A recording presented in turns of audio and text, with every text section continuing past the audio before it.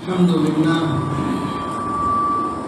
نحمده ونستعينه ونستغفره ونؤمن به ونتوكل عليه ونعوذ بالله من شرور أنفسنا ومن سيئات أعمالنا من يهد الله فلا مضل له ومن يضلل فلا هادي له أشهد أن لا إله إلا الله وحده لا شريك له وأشهد أن سيدنا ونبينا ومولانا محمدا عبده ورسوله أرسله ربه بالحق بشيرا ونذيرا وداعيا إلى الله بإذنه وسراجا منيرا صلى الله تعالى عليه وعلى آله وصحبه وسلم تسليما كثيرا أما بعد فأعوذ بالله من الشيطان الرجيم بسم الله الرحمن الرحيم يرفع الله الذين آمنوا منكم والذين أوتوا العلم درجات وقال النبي صلى الله عليه وسلم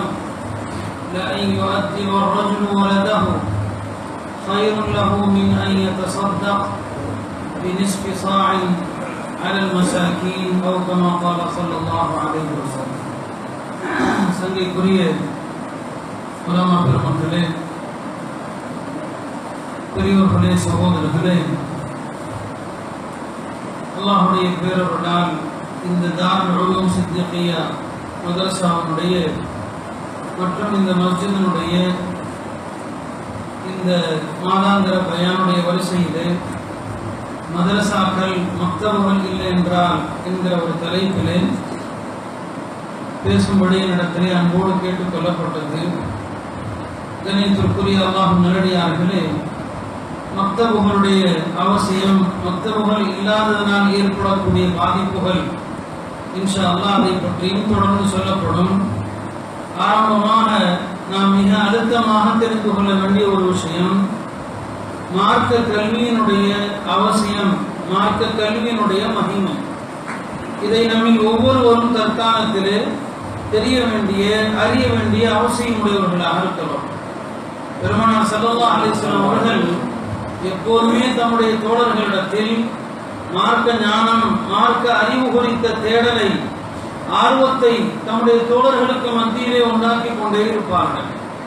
பல சந்தர்ப்பங்களிலே ரசூல் ஸல்லல்லாஹு அலைஹி வஸல்லம் அவர்கள் பல அறிவார்ந்த கேள்விகளை தம்முடைய தோழர்களிடத்திலே கேட்பார்கள். அதற்கு யாரேனும் பதிலளித்து விட்டால் ரசூல் ஸல்லல்லாஹு அலைஹி வஸல்லம் அவர்கள் அவர்களை வாழ்த்துவார்கள், அவர்களுக்கு சுபச்செய்தியும் சொல்வார்கள். ஒரு முறை ரசூல் ஸல்லல்லாஹு அலைஹி வஸல்லம் அவர்கள் தம்முடைய தோழர்களில் ஒருவரான உபய் இப்னு கஅப், சஹாபாக்களிலேயே குர்ஆனை திறம்பட ஓதுபவர் என்று பெருமானார் ஸல்லல்லாஹு அலைஹி வஸல்லம் அவர்களால் அறிமுகப்படுத்தப்பட்ட தோழர். அக்ரவுஹும் உபய், சஹாபாக்களில் குர்ஆனை மிக அழகான முறையிலே ஓதக்கூடிய ஒரு தோழர் உபய் இப்னு கஅப் ரலியல்லாஹு அவர்கள். அவர்களிடத்திலே பெருமானார் ஸல்லல்லாஹு அலைஹி வஸல்லம் அவர்கள் ஒரு கேள்வி கேட்கிறார்கள். ஐயு ஆயத்தின் அஅஸமு ஃபீ கிதாபில்லாஹ், அல்லாஹ்வுடைய வேதத்தில் திருக்குர்ஆனில் மிக உயர்ந்த வசனம் எது, மிகச்சிறந்த வசனம் எது என்று பெருமானார் ஸல்லல்லாஹு அலைஹி வஸல்லம் அவர்கள் உபய் இப்னு கஅபிடத்திலே கேட்கிறார். எத்தனையோ வசனங்களுடைய சிறப்பை ரசூல் ஸல்லல்லாஹு அலைஹி வஸல்லம் அவர்களே பல சந்தர்ப்பங்கள்ல சஹாபாக்களுக்கு சொல்லிக் கொடுப்பாங்க. ஆனால் இப்படி ஒரு கேள்வி கேட்கிறாங்க, இவர் என்ன பதில் சொல்கிறார் என்று பார்க்கலாம். தம் தோழரிடத்திலே உபய் இப்னு கஅபிடத்திலே கேட்கிறார்கள், ஐயு ஆயத்தின் அஅஸமு ஃபீ கிதாபில்லாஹ், அல்லாஹ்வுடைய வேதத்திலே சிறந்த வசனம் எது, மிக உன்னதமான வசனம் எதுன்னு கேட்கிறான். உபய் இப்னு கஅப் அவர்கள் சற்றும் யோசிக்காமல் உடனே பதில் சொன்னார்கள், ஆயத்துல் குர்சின்னு சொல்லி. குர்ஆன்ல ஆக சிறந்த வசனம் ஆயத்துல் குர்சி, நாம் எல்லாம் அறிந்து வைத்திருக்கிற அந்த ஆயத்துல் குர்சின்னு சொன்னாங்க. பெருமானார் ஸல்லல்லாஹு அலைஹி வஸல்லம் அவர்களுக்கு அளவில்லாத மகிழ்ச்சி. ஏனென்றால் உண்மையிலுமே திருக்குர்ஆனுடைய வசனங்களில் மிக அற்புதமான வசனம் ஆயத்துல் குர்சி. ரசூல் ஸல்லல்லாஹு அலைஹி வஸல்லம் அவர்கள் தம்முடைய தோழர் உபய் இப்னு கஅபை பார்த்து சொன்னார்கள், உபய் அவர்களே, லியஹ்னிகல் இல்மு அபல் முன்திர், லியஹ்னிகல் இல்மு அபல் முன்திர், உபய் இப்னு கஅப் அவர்களே, உம்முடைய இந்த அறிவுக்காக, உம்முடைய இந்த ஞானத்திற்காக நான் உன்னை வாழ்த்துகிறேன் என்று சொன்னார். ரசூல் ஸல்லல்லாஹு அலைஹி வஸல்லம் அவர்கள் திருக்குர்ஆனுடைய ஞானம், திருக்குர்ஆனுடைய அறிவு குறித்து தம்முடைய தோழர்களிடத்திலே ஆர்வம் ஊட்டுவார்கள். அவ்வாறு கல்வியிலே ஆர்வம் உடையவர்களை மேலும் மேலும் பெருமானார் ஸல்லல்லாஹு அலைஹி வஸல்லம் அவர்கள் ஊக்குவிப்பார்கள். புகாரி ஷரீஃபில் ஒரு ஹதீஸ் வருகிறது. ஹஜ்ரத் அபூ ஹுரைரா ரலியல்லாஹு அவர்கள் பெருமானாருடைய தோழர்களில் மிக அதிகமான அளவிலே ஹதீஸுகளை அறிவித்த பெருமைக்குரியவர் அபூ ஹுரைரா அவர்கள். ஒரு முறை நபி ஸல்லல்லாஹு அலைஹி வஸல்லம் அவர்களிடத்தில் ஹஜ்ரத் அபூ ஹுரைரா அவர்கள் கேள்வி கேட்கிறார்கள். மன் அஸ்அதுன் நாஸி பி ஷஃபாஅத்திக யௌமல் கியாமா.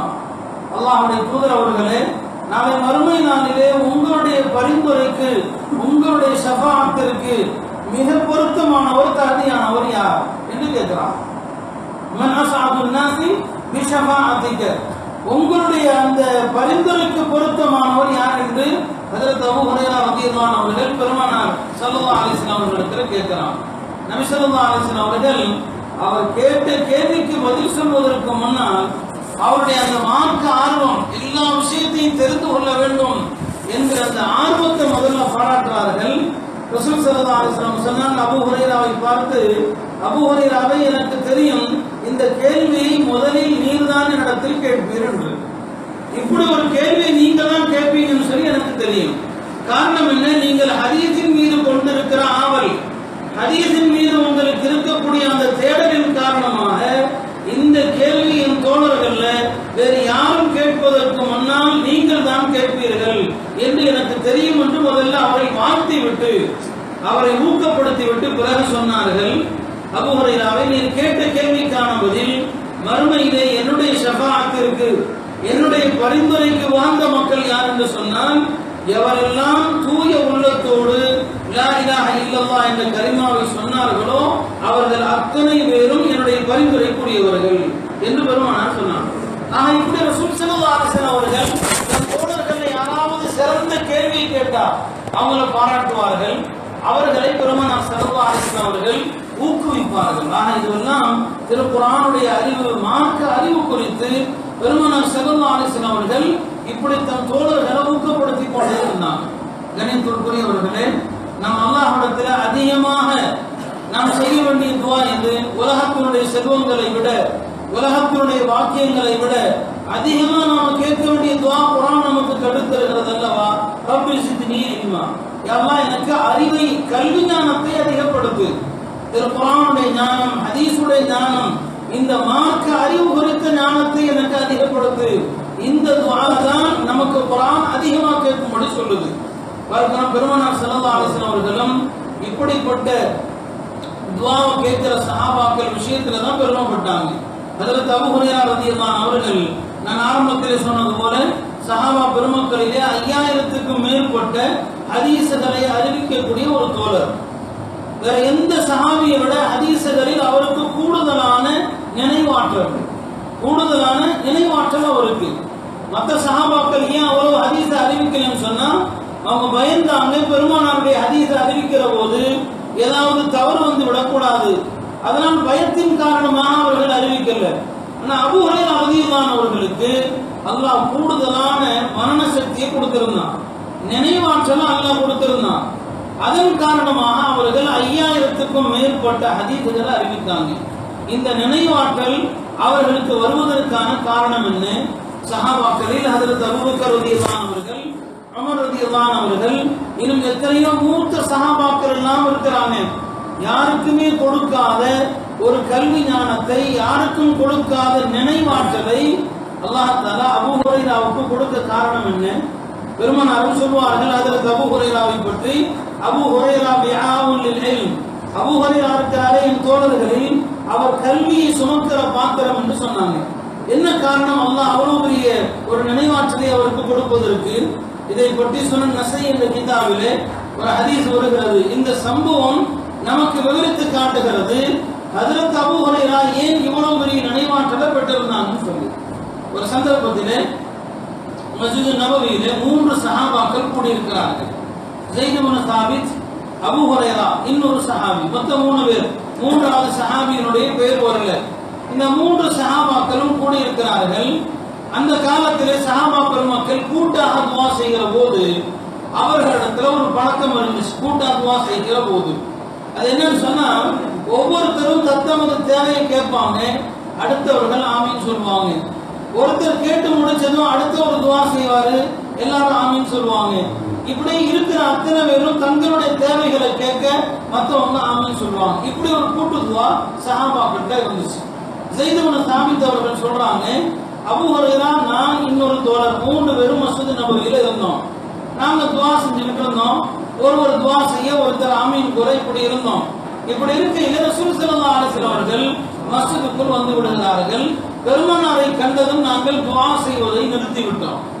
உடனே நபி ஸல்லல்லாஹு அலைஹி வஸல்லம் அவர்கள் சொன்னார்கள், என்னுடைய அருமை தோழர்களே, நீங்கள் எதை செய்து கொண்டிருந்தீர்களோ அதை செய்யுங்கள். ஏன் நிறுத்தி விட்டீர்கள்? நீங்கள் என்ன செய்து கொண்டிருந்தீர்களோ அதை செய்யுங்கள் என்று சொன்னாங்க. ஸைத் இப்னு சாபித் அவர்கள் சொல்கிறார்கள், ஆரம்பத்தில் நான் துவா செய்தேன், நான் துவா செய்கிறேன். அதற்கு பெருமானாரும் ஆமீன் சொன்னார்கள். என்னோடு இருந்த 2 தோழர்களும் ஆமீன் சொன்னாங்க.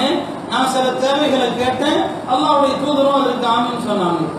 அடுத்து இன்னொரு தோழர் அவர் துவா செய்கிறாரு. அவர் தன்னுடைய சில தேவைகளை கேட்கிறாரு. அதற்கு ரசூல் ஸல்லல்லாஹு அலைஹி வஸல்லம் அவர்களும் ஆமீன் சொன்னார்கள். நாங்கள் எல்லாரும் ஆமீன் சொன்னோம். மூன்றாவது ஹஜ்ரத் அபூ ஹுரைராவுடைய வாய்ப்பு. நல்ல சந்தர்ப்பங்கள் வருகிற போது அதை பயன்படுத்தணும். நாம உன்னதமான சந்தர்ப்பங்கள்ல கூட உலக தேவைகளை தான் உட்படுத்துறோம். யாராவது பெரியவர்கள் ஷேகுமார்கள் வந்தாங்கன்னு சொன்னா உலக விஷயங்களுக்காக தான் அவங்கள்ட்ட துவா செய்யும்படி வைக்கிறோமே தவிர யாரும் அவங்கள்ட்ட இருந்து மார்க்க விஷயத்துக்காக நம்ம துவா செய்யும்படி சொல்றதில்லை. பாருங்க, அபூ ஹுரைரா ரலியல்லாஹு அவர்கள் சுருக்கமா துவா செஞ்சாங்க, அழகான துவா செஞ்சாங்க. பெருமானார் அதற்கு ஆமீன் சொல்லிட்டாங்க. அவர் என்ன துவா செஞ்சாரு பாருங்க. துவாங்கிறது வளவளன்னு கேட்கறது துவா கிடையாது. நம்ம நினைச்சுக்கிறோம் நிறைய கேட்டா நல்ல துவான்னு நினைச்சுக்கிறோம். நபி ஸல்லல்லாஹு அலைஹி வஸல்லம் சொல்லுவாங்க, அபூ தாவூதுல ஒரு ஹதீஸ் வரும், பின்னால் ஒரு கூட்டம் வருவாங்க, அவர்கள் வுது செய்வதிலும் எல்லை மீறுவார்கள். வஸ்வசாவனால 3 தடவைக்கு 5 தடவை 6 தடவை கழுவுவாங்க. வுது செய்வதிலும் எல்லை மீறுவார்கள், துவா செய்வதிலும் எல்லை மீறுவார்கள். அப்படி ஒரு கூட்டம் வரும் என்று பெருமானார் சொன்னாங்க. துவாங்கிறது சுருக்கமா அழகான முறையில கேட்கணும், அது துவா. பாருங்க, அபூ ஹுரைரா கேட்கிறாங்க, பெருமானாரும் சபையில இருக்கிறாங்க. 2 ஜும்லா தான், 2 வாக்கியம் தான் அவர் கேட்டாரு. அல்லாஹும்ம இன்னி அஸ்அலுக மா சஅலக ஸாஹிபாய. யா அல்லாஹ், என்னுடைய இந்த 2 தோழர்களும் என்னெல்லாம் கேட்டாங்களோ அதையெல்லாம் நானும் கேட்கிறேன்.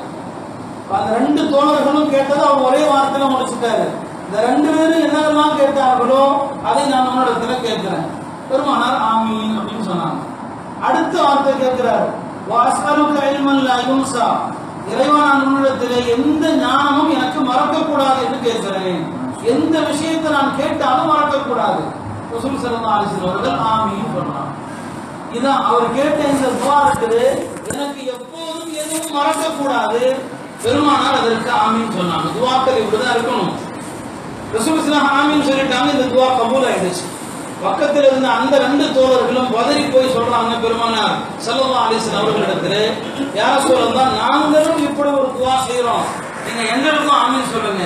நாங்க எந்த விஷயத்தையும் மறக்க கூடாது, நாங்களும் துஆ கேட்கிறோம், எங்களுக்கு நீங்க ஆமீன் சொல்லுங்க. இப்ப நபி சொன்னாங்க, இந்த வாய்ப்பை அவர் தட்டி பறித்து விட்டார். சபகக்கும் பிஹா அல் குலாம் அத்-தௌசி.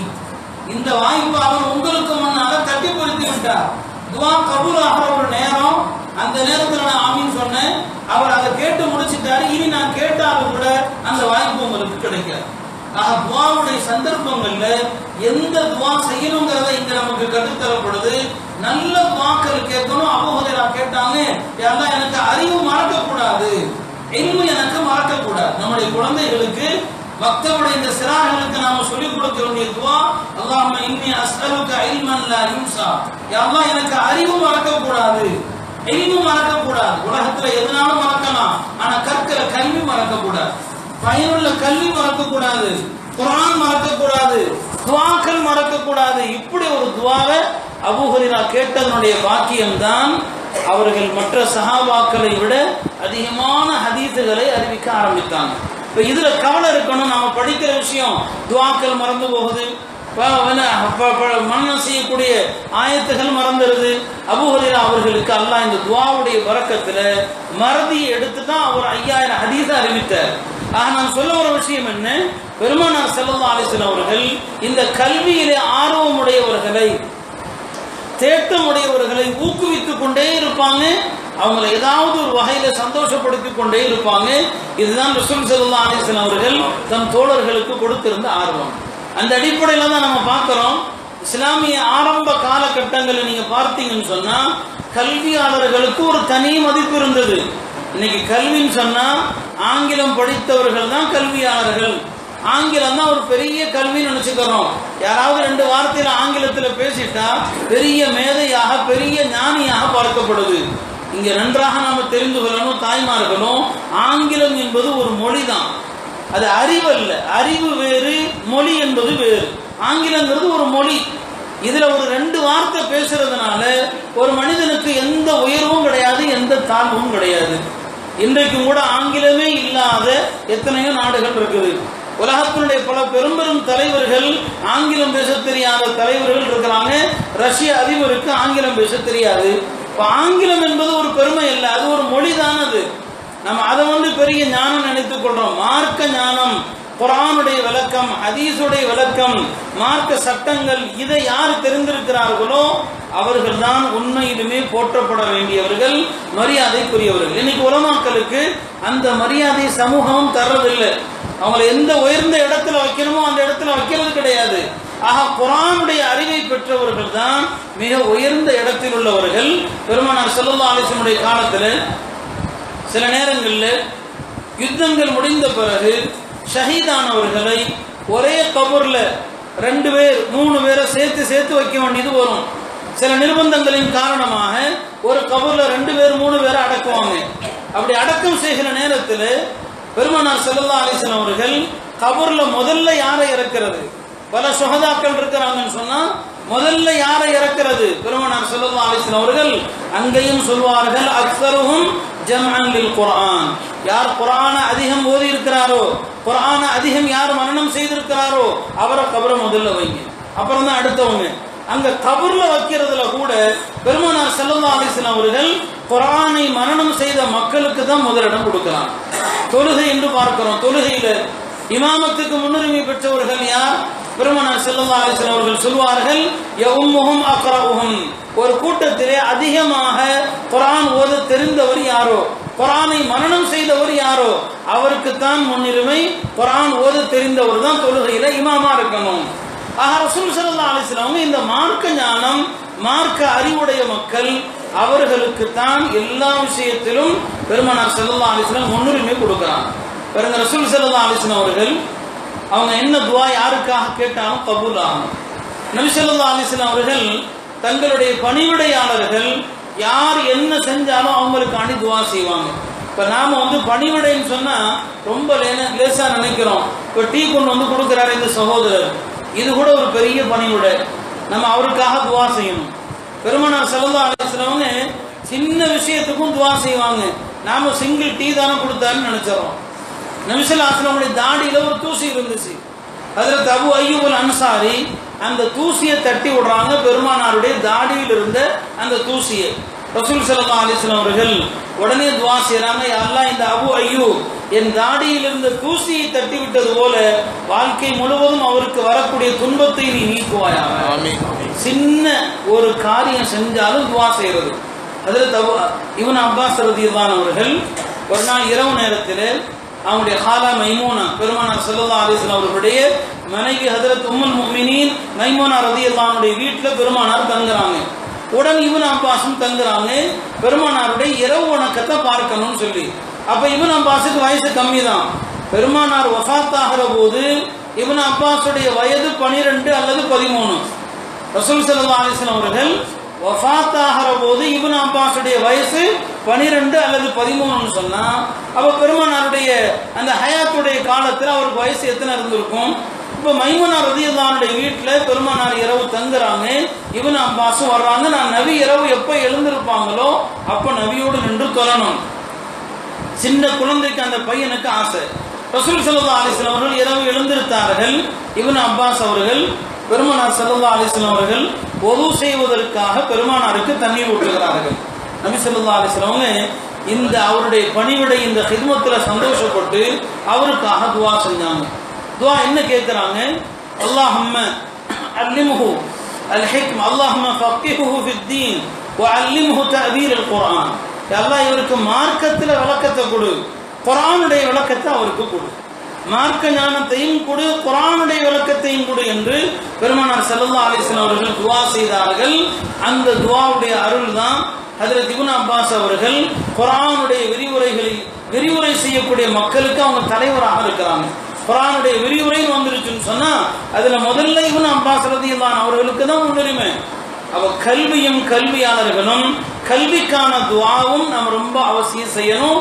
ஹஜ்ரத் உமர் ரலியல்லாஹு அன்ஹுடைய ஆட்சி காலத்துல அப்ப இப்னு அப்பாஸ் அப்பதான் வாலிபரா இருக்கிறாரு. உமருடைய ஆட்சி காலத்துல தான் வாலிபர். உமர் ரலியல்லாஹு அன்ஹுடைய ஆட்சி காலத்துல எத்தனையோ மூத்த சஹாபாக்கள் எல்லாம் இருந்தாங்க. அந்த மூத்த சஹாபாக்களை விட உமர் ரலியல்லாஹு அன்ஹுடைய சபையில இப்னு அப்பாஸுக்கு ஒரு தனி இடம் உண்டு, தனி முக்கியத்துவம் உண்டு. இது கொஞ்சம் வயசுல மூத்த சஹாபாக்களுக்கெல்லாம் கொஞ்சம் வருத்தமாகத்தான் இருந்துச்சு. ஏன் உமர் ரலியல்லாஹு அன்ஹு அவர்கள் நம்மை போன்ற வயதுல மூத்தவர்களை விட இந்த வயதுல சின்ன பையன் இப்னு அப்பாஸுக்கு முக்கியத்துவம் கொடுக்குறாங்க? இதெல்லாம் நான் எதுக்கு சொல்றேன்? கல்வியாளர்களை மதிக்கணும். மார்க்க அறிவு எவ்வளவு பெரிய பொக்கிஷம் என்பதை நாம் விளங்க வேண்டும். இப்னு அப்பாஸ் ரலியல்லாஹு அன்ஹு அவர்களை உமர் ரலியல்லாஹு அன்ஹு அவர்கள் ரொம்ப மதிக்கிறது, அவங்களுக்கு அதிகமா இடம் கொடுக்கிறது இந்த வயதுல மூத்தவங்களுக்கு எல்லாம் கொஞ்சம் வருத்தமா இருக்கு.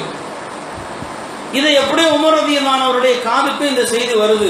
இந்த வயதுல மூத்த சஹாபாக்கள் எல்லாம் நீங்க இந்த சின்ன பையனை பக்கத்துல வச்சுக்கிறது கொஞ்சம் வருத்தமா இருக்குதுன்னு சொல்லி உமர் ரலியல்லாஹு அன்ஹு அவர்கள் ஏன் தான் இப்னு அப்பாஸை பக்கத்துல நான் வச்சிருக்கிறேங்கிற காரணத்தை மக்களுக்கு தெளிவுபடுத்த விரும்பினாங்க. அவருடைய அறிவும் அவருடைய அந்த குர்ஆனுடைய விளக்கமும் எல்லா மக்களுக்கும் தெரியணும்னு சொல்லி இப்னு அப்பாஸ் விரும்பினாங்க, உமர் விரும்பினாங்க. அதனால ஒரு நாள் சபை கூடுது. அப்படி சபை கூடக்கூடிய நேரத்தில் உமர் ரலியல்லாஹு அன்ஹு அவர்கள் அங்கிருந்த மக்களிடத்துல லைலத்துல் கத்ருடைய இரவு எந்த இரவுன்னு ஒரு கேள்வி வைக்கிறாங்க. லைலத்துல் கத்ருடைய இரவு எந்த இரவுன்னு சொல்லி சஹாபாக்கள் ஒவ்வொருவரும் ஒரு கருத்தை சொல்றாங்க. ரமலானுடைய எந்த இரவுன்னு ஆளாளுக்கு ஒரு கருத்தை சொல்றாங்க. இறுதியில இப்னு அப்பாஸ் இடத்துல வர்றாங்க. உமர் தான் கேட்கிறாங்க, உங்களுடைய கருத்து என்ன, லைலத்துல் கத்ர் எந்த இரவுன்னு கேட்கிறாங்க. இப்போ இப்னு அப்பாஸ் சொன்னாங்க, லைலத்துல் கத்ர் ரமலானுடைய 27ஆம் இரவாக இருப்பதற்கு வாய்ப்பு அதிகம், 27ஆம் இரவாக இருப்பதற்கான வாய்ப்பு அதிகம் சொல்றாங்க. இப்னு அப்பாஸ் இடத்துல உமர் கேட்டாங்க, இதை நீங்க சொந்த கருத்தாக சொன்னால் நான் உங்களை சும்மா விட மாட்டேன், இதற்கான ஆதாரத்தை நீங்க சொல்லணும், இதற்கான ஆதாரத்தை கொண்டு வந்தாதான் நான் உங்களை விடுவேன்னு சொல்றாங்க. உமருடைய நோக்கம் என்ன, அந்த மஜ்லிஸில் இருக்கிறவங்களுக்கு இந்த சின்ன பையனுடைய அறிவு தெரியட்டும்னு சொல்லி அவங்க எப்படி ஆதாரத்தை சொல்லுவாங்கன்னு தெரியும். இப்னு அப்பாஸ் ரலியல்லாஹு அன்ஹு அவர்கள் அதற்கான ஆதாரத்தை சொன்னாங்க. என்ன ஆதாரம் சொன்னாங்க? நபி ஸல்லல்லாஹு அலைஹி வஸல்லம் அவர்கள் ரமலானுடைய கடைசி 10 ஒற்றைப்படை இரவுல தான் லைலத்துல் கத்ர் இருக்குதுன்னு சொன்னாங்க. ஒற்றைப்படைன்னு பார்த்தோம்னா 1, 3, 5, 7, 9 இவ்வளவுதான் இருக்கு, இந்த 5 தான் இருக்குது. இந்த ஒற்றைப்படையில அல்லாஹ்வுக்கு பிடித்தமான எண்ணிக்கைன்னு பார்த்தோம்னா 7 தான் இருக்கு. 7ங்கிற எண்ணிக்கை நம்ம பார்த்தோம்னா அல்லாஹ் தஆலா வானங்கள் 7 வானங்களை படைச்சிருக்கிறான், 7 பூமியை அல்லாஹ் படைச்சிருக்கிறான், வாரத்தின் நாட்கள் 7 நாட்களாக ஆக்கியிருக்கிறான், மனிதனை 7 கட்டங்களாக படைத்ததாக சொல்றான். சூரா கத் அஃப்லஹல் முஃமினூன்ல மனிதனை 7 கட்டங்களில் படைத்தோம்னு சொல்றான். மனிதனுக்கான 7 வகையான உணவை படைத்ததாக அபஸ வ தவல்லாங்கிற சூறால அல்லாஹ் சொல்றான். அல்லாஹ் தவாஃபுடைய சுற்று 7ஆக ஆக்கி இருக்கிறான். சஃபா மர்வால ஓடுறோம், 7 சுற்றுகள் தான் ஓடுறோம். மினால கல்லெறியப்படுது, 7 கற்கள் எறியப்படுது. அல்லாஹ் திருமணம் செய்யக்கூடாத உறவு முறைகள், ஒரு ஆண் எந்தெந்த பெண்களை திருமணம் செய்யக்கூடாது 7 உறவு முறைகளை அல்லாஹ் ஹராமாக்கி இருக்கிறான். இப்படி அடுக்கடுக்க ஆதாரம் சொல்றாங்க. இந்த 7ங்கிற எண்ணிக்கை அல்லாஹ்வுக்கு பிரியமானது. இப்போ அப்படியானால் இந்த ஒற்றைப்படையில லைலத்துல் கத்ர் எதுவாகத்தான் இருக்க முடியும்? 27ஆக தான் இருக்க முடியும். அவர்கள் சொன்ன இந்த விளக்கத்தை கேட்டு சபையில் உள்ளவர்கள் எல்லாம் வியந்து போனார்கள். உமர் தான் சொன்னாங்க, நான் ஏன் இவரை எனக்கு பக்கத்தில் வச்சிருக்கிறேன்னு சொன்னா அவருடைய இந்த கல்வி, அவருடைய இந்த அறிவுக்காக தான் நான் பக்கத்தில் வச்சிருக்கிறேன். ஆக பெருமானார் ஸல்லல்லாஹு அலைஹி வஸல்லம் அவர்களும் சரி, அவர்களுக்கு பின்னால் வந்த தோழர்களும் சரி, மார்க்க ஞானம், மார்க்க அறிவு, குர்ஆன் ஹதீஸுடைய விளக்கத்திற்கு அவ்வளவு முக்கியத்துவம் கொடுத்ததை நாம் பார்க்கிறோம். ஆரம்ப காலங்களில் கலீஃபாக்கள், இஸ்லாமிய ஆட்சியாளர்கள், ஜனாதிபதிகள், அவர்கள் கூட உலமாக்களுக்கு முன்னால் தங்களை ஒரு சாதாரண அடிமையாகத்தான் ஆக்கிக் கொள்வாங்க. ஹாரூன் ரஷீத் மன்னர் ஆட்சி செய்த காலம், அவர் மக்காவிற்கு வந்திருக்கிறார் ஹஜ் செய்வதற்காக. அக்காலங்களிலே கலீஃபாக்கள், ஜனாதிபதிகள் வருடந்தோறும் ஹஜ்ஜுக்கு வருகிற பழக்கமும் இருக்கும். மன்னர் ஹாரூன் ரஷீத் மக்காவுக்கு வந்திருக்கிறார் ஹஜ்ஜுடைய கடமைகளை நிறைவேற்றுவதற்கு. அவருக்கு ஹஜ்ஜு தொடர்பான ஒரு சந்தேகம், ஹஜ்ஜுடைய ஒரு மசலாவிலே விளக்கம் அவருக்கு தேவைப்படுது. நிறைய அறிஞர்கள் மக்கமா நகரத்தில் இருக்கிறாங்க. ஹாரூன் ரஷீத் கேட்கிறாரு, எனக்கு ஹஜ்ஜு தொடர்பான ஒரு மசலாவில் விளக்கம் தேவை, நான் யாரிடத்தில் சென்று விளக்கம் கேட்கிறது? இப்போ எல்லாரும் சொன்னாங்க, மக்கத்துல் முக்கர்ரமாவில் அன்றைக்கு ஒரு பெரிய தாபிஈன்களில் ஒரு பெரிய அறிஞர் இருந்தாங்க. அவர் எப்படிப்பட்ட அறிஞர்னா ஃபகீஹுல் ஹஜ்ஜி, ஹஜ்ஜினுடைய சட்ட திட்டத்தில் அவரை மிஞ்சிய அறிஞர் கிடையாது. ஹஜ்ஜினுடைய சட்டம்னா அவர் தான். அந்த அளவுக்கு அவர்கிட்ட போய் என்ன கேட்கணும். இமாம் அபு ஹனீஃபா போன்ற மாபெரும் சட்ட மேதைகள் கூட ஹஜ்ஜுக்கு செல்லும் போது அவர்கிட்ட கேட்பாங்க. அத்தா உபனு அபி ரபா அவர் பேர், மக்கால் இருக்கிறாங்க, அவர் பேர் அத்தா உபனு அபி ரபா. ஹஜ்ஜினுடைய விளக்கம்னா அவர்கிட்ட தான் மக்கள் வரணும். இப்போ எல்லாரும் சொல்றாங்க, ஹாரூன் ரஷீத் இடத்துல ஏதோ அத்தான்னு சொல்லி ஒருத்தர் இருக்கிறாரு, அவர் தான் ஹஜ்ஜுடைய விளக்கத்துல பெரிய அறிஞர்னு சொல்லி. இந்த அத்தா யாருன்னு சொன்னா ஒரு அடிமை வம்சத்துல வந்தவர், அடிமை, ஒரு அடிமை பெண்ணுக்கு பிறந்தவர். அடிமைகளை கூட இந்த மார்க்கம் கல்வியை கொண்டு உயர்த்தியது, மார்க்க ஞானத்தை கொண்டு இந்த அடிமைகளுடைய ஸ்தானத்தை உயர்த்தியது இந்த மார்க்கம். அவர் ஒரு அடிமை அத்தாவுன்னு அபி ரபா. அது மட்டுமல்ல, பார்ப்பதற்கு தோற்றத்தை பார்த்தீங்கன்னு சொன்னா அலங்கோலமான தோற்றம், உடல் ஊனமுற்ற தோற்றம், அலங்கோலமான தோற்றம், கருப்பினத்தை சார்ந்தவர் அடிமை. ஆனா அல்லாஹ் தஆலா இந்த இல்மை கொண்டு, நான் ஆரம்பத்திலே ஓதிய அந்த வசனத்திலே சொன்னது போல, யர்ஃபா இல்லாஹு அல்லதீன ஆமனு மின்கும் வல்லதீன ஊதுல் இல்ம தரஜா, அல்லாஹ் இந்த கல்வியை கொண்டு பலருடைய படித்தரங்களை அல்லாஹ் உயர்த்துகிறான்.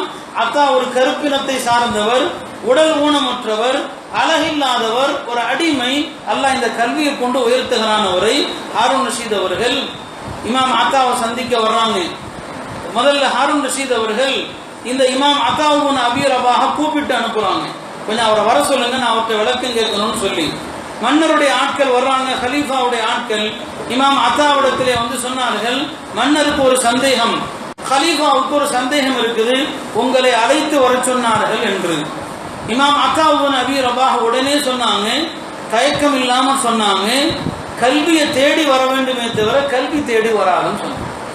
அவருக்கு விளக்கம் தேவை, கல்வி தேவைன்னு சொன்னா அவர் எம்மை தேடி வரட்டும், நாம் அவரை தேடி செல்ல முடியாது என்று இமாம் அத்தா மறுத்துட்டாங்க. இதை இமாம் ஹாரூன் ரஷீத் இடத்துல ஹலீஃபாட்ட சொல்லப்படுது. அவர்களும் சொன்னார்கள், உண்மைதான், கல்வியை தேடி நாம செல்லணுமே தவிர கல்வி நம்மை தேடி வரக்கூடாது. உலமாக்களை தேடி நாம போகணுமே தவிர உலமாக்கள் நம்மை தேடி வரக்கூடாது. ஹாரூன் ரஷீத் அதை ஏத்துக்கிட்டாங்க. வர்றாங்க அத்தாவுன் அபி ரபாஹ பார்க்கறதுக்கு. பார்த்தா அவங்க வீட்டுக்கு முன்னால சந்தேகம் கேட்கறதுக்கு ஒரு பெரிய கியூ நிக்குது, வரிசையா நிக்கிறாங்க மக்கள். இன்னைக்கு ஏடிஎம்ல நிக்கிற மாதிரி பெரிய கூட்டமே நிக்குது. ஹாரூன் ரஷீத் அவர்கள் வந்ததும் எல்லாருமே சொன்னாங்க, இமாம் அத்தாவிடத்துல மன்னர் வந்திருக்கிறாங்க, மக்கள் பெரிய கியூல நிக்கிறாங்க, நீங்க முதல்ல அவங்களுக்கு இடம் கொடுங்க மன்னருக்குன்னு சொல்லி. இமாம் அத்தா ஒரு அழகான வார்த்தை சொன்னாங்க, அன்னாசு ஃபில் இல்மி ஸவாஉன் வபீஉஹும் வஷரீஃபுஹும், கல்வியில மக்கள் எல்லோரும் சமந்தான், உயர்ந்தவர்களோ தாழ்ந்தவர்களோ அவரும் வரிசையும் இருக்கட்டும். ஹாரூன் ரஷீதும் வரிசையில நிக்கட்டும், அவருக்கு தேவைன்னு சொன்னா எல்லா மக்களும் எந்த வரிசையில நிக்கிறாங்களோ அவரும் நிற்கட்டும். உடனே இமாம் ஹாரூன் ரஷீத் இடத்துல ஹலீஃபாட்ட சொல்லப்படுது, அதை ஏத்துக்கிட்டாங்க. அவங்களும் அந்த வரிசையில நின்னாங்க.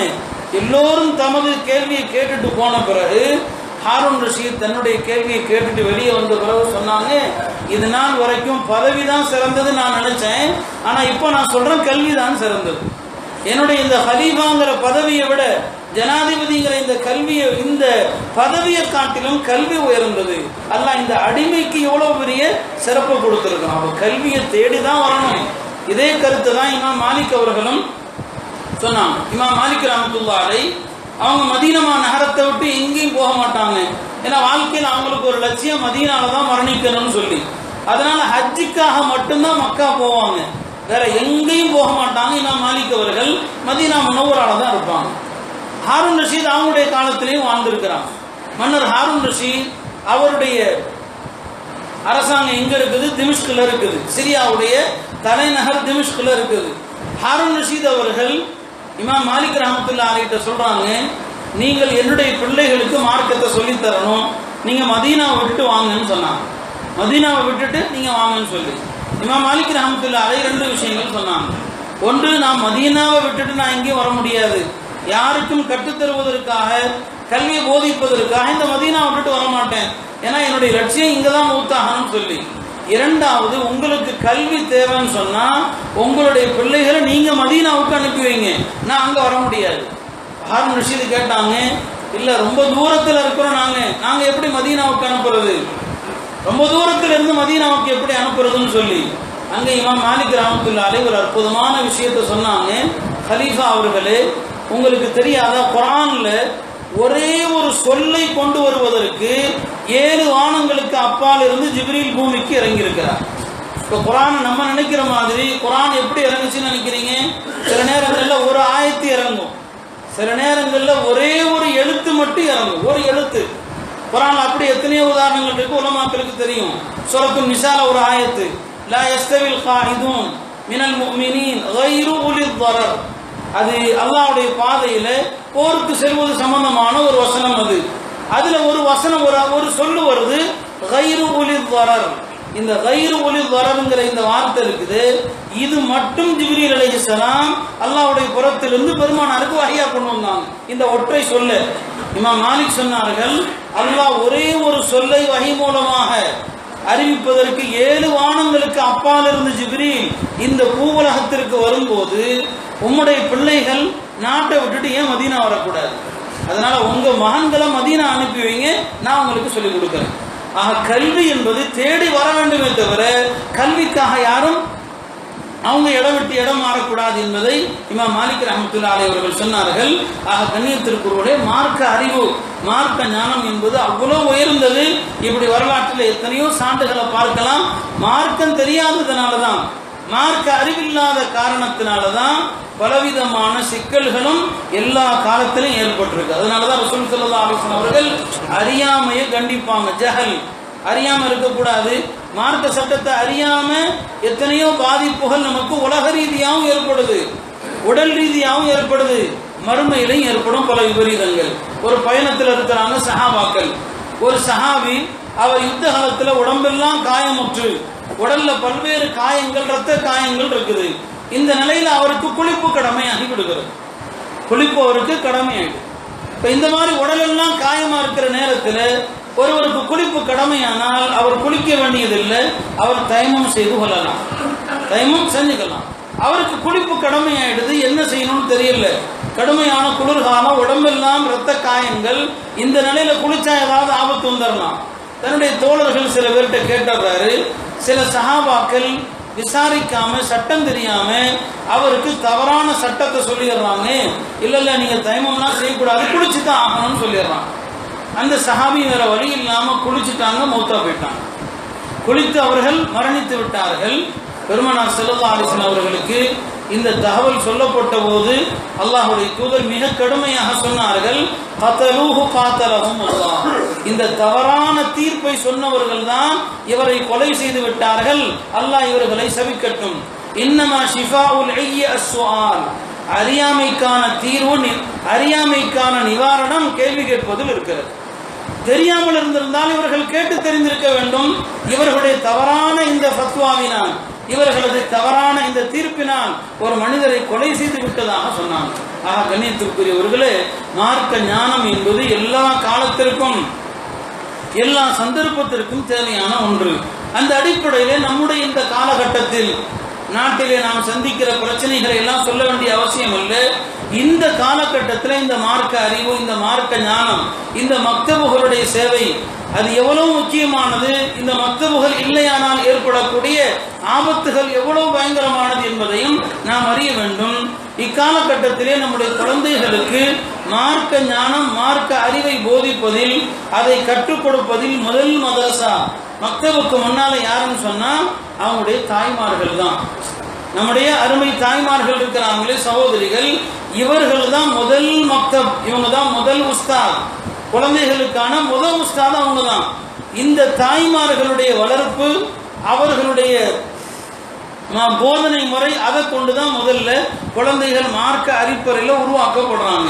பார்க்கிறோம். நீங்க வரலாற்றை பார்த்தீங்கன்னு சொன்னா, நாம யாரையெல்லாம் பெரிய பெரிய இமாம்கள், பெரிய பெரிய அறிஞர்கள் என்று யாரையெல்லாம் போற்றுகிறோமோ, இந்த அறிஞர் பெருமக்களுடைய வளர்ப்புல அவங்களுடைய தாய்மார்களுடைய பங்கு தான் காரணம். அந்த தாய்மார்களுடைய முக்கியமான அந்த பங்களிப்புல தான் அவர்கள் எதிர்காலத்தில் பெரும் பெரும் அறிஞர்களாக ஆனாங்க.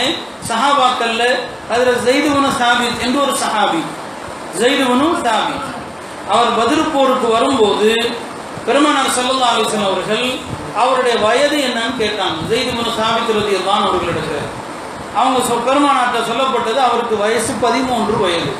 பெருமானார் ஸல்லல்லாஹு அலைஹி வஸல்லம் அவர்கள் சொன்னார்கள், 13 வயது பையனை போரில் எடுத்துக்கொள்ளப்படாது, இவர் போருக்கு வரக்கூடாது, இவர் அனுப்பிடுங்கன்னு சொல்லிட்டாங்க.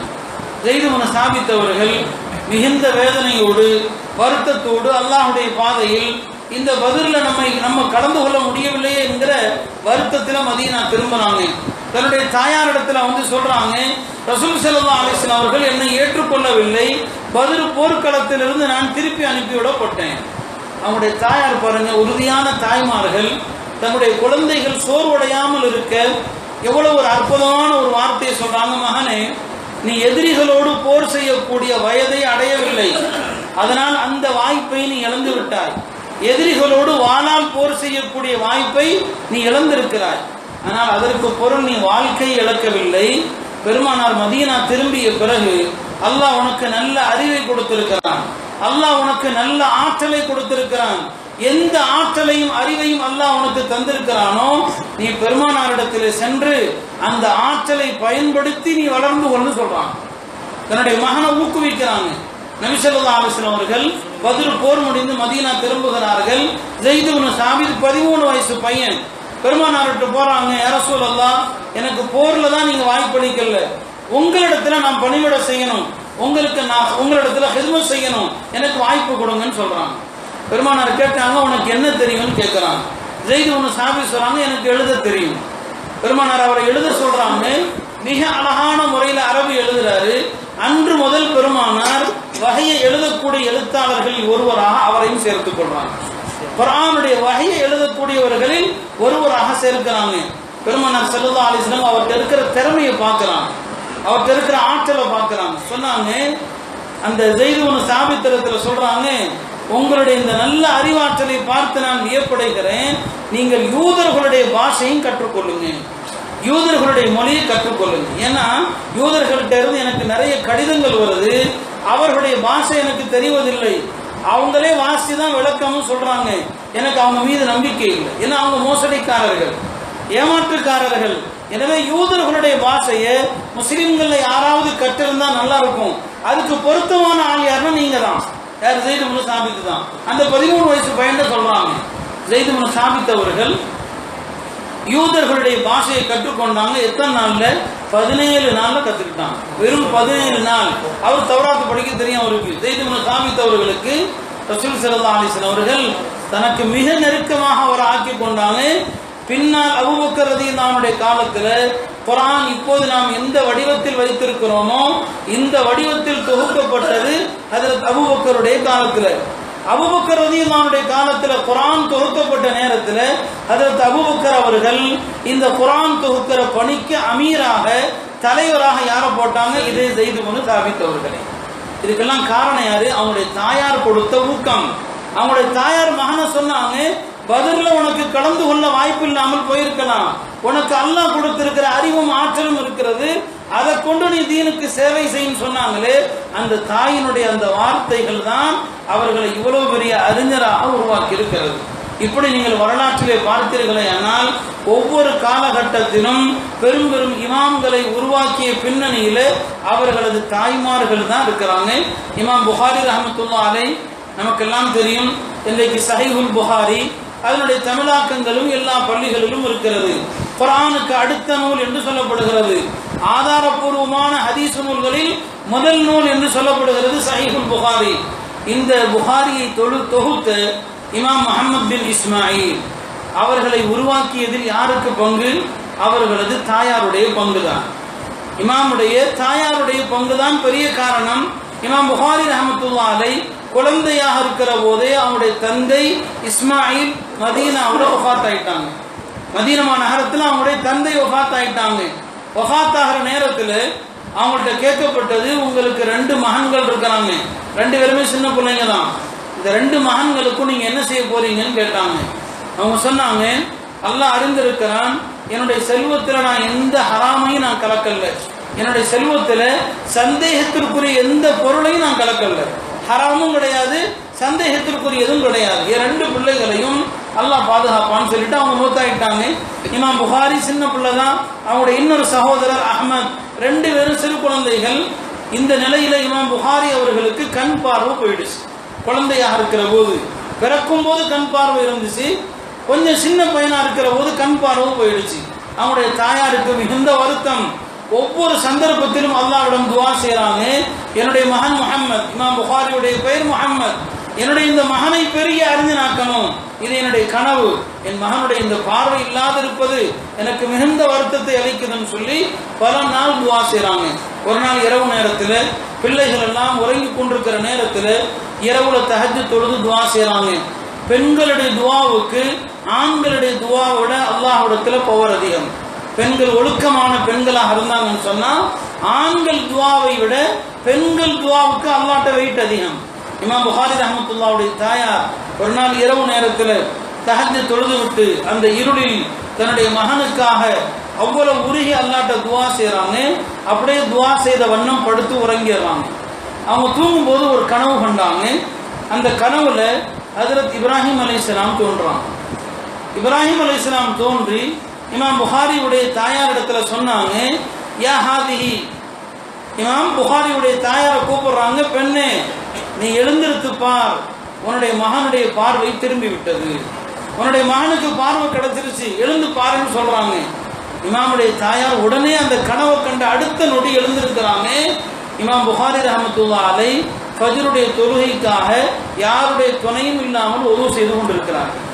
அது வரைக்கும் யார் மற்றவங்க துணையோட தான் போகணும். அவங்க அன்னைக்கு பார்க்குறாங்க, கண் விழித்து இமாம் புகாரி அவர்கள் ஃபஜ்ர் தொழுகைக்கு உது செய்து கொண்டிருக்கிறாங்க. அந்த தாயினுடைய துஆ, அந்த தாயினுடைய வளர்ப்புல தான் உடனே இமாம் புகாரியுடைய தாயார் தன்னுடைய மகனை மக்கால கொண்டு வந்து விட்டுட்டாங்க.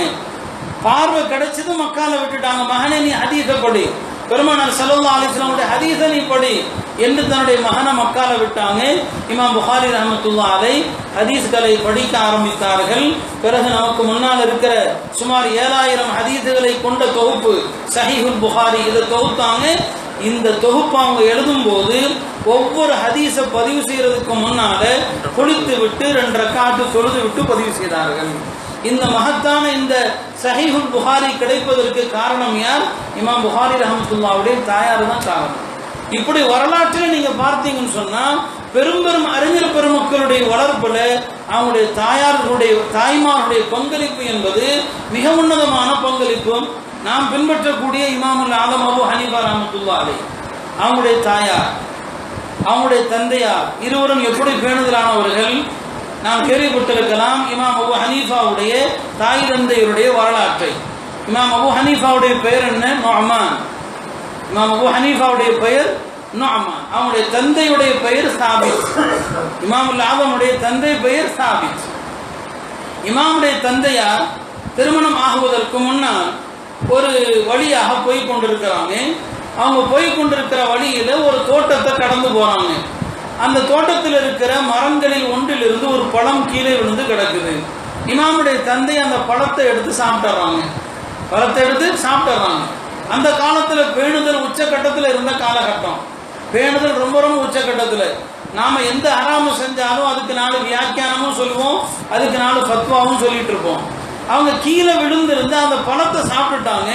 சாப்பிட்ட பிறகு யோசிக்கிறாங்க, இதனுடைய உரிமையாளருடைய அனுமதி இல்லாம நம்ம சாப்பிட்டுட்டோமேன்னு சொல்லி இமாம் அபு ஹனீஃபாவுடைய தந்தை, அவங்களுக்கு இன்னும் திருமணம் ஆகல, உடனே இமாமுடைய தந்தை சாபித்தவர்கள் அந்த தோட்டத்தின் உரிமையாளரை சந்தித்து, நான் உங்களுடைய தோட்டத்தில் உள்ள பழத்தை நான் சாப்பிட்டுட்டேன், இத்தனைக்கும் கீழே கிடந்தா சாப்பிடலாம், மார்க்க சட்டப்படி தவறு கிடையாது, கீழே விழுந்தது சாப்பிடலாம், ஆனா எடுத்து சுருட்டி கொண்டு வரக்கூடாது.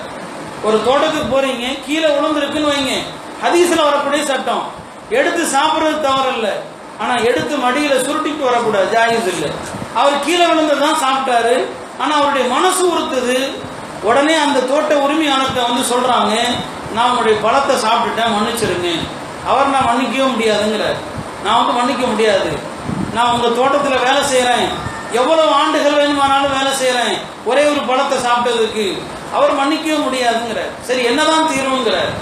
அந்த தோட்டத்தினுடைய உரிமையாளர் சொல்றாரு, நீ என்னுடைய என்னுடைய அந்த பழத்தை சாப்பிட்டதுக்கு உனக்கு ஒரே ஒரு தண்டனை தான் கொடுக்க முடியும். என்ன தண்டனை? நான் ஏத்துக்கிறேன்னு சொல்லி என் மகளை நீ நிக்கா செய்யணும், என்னுடைய மகளை நிக்கா செய்யணும். இமாமுடைய தந்தையும் சொல்லிடுறாங்க, சரி நான் நிக்கா பண்ணிக்கிறேன்.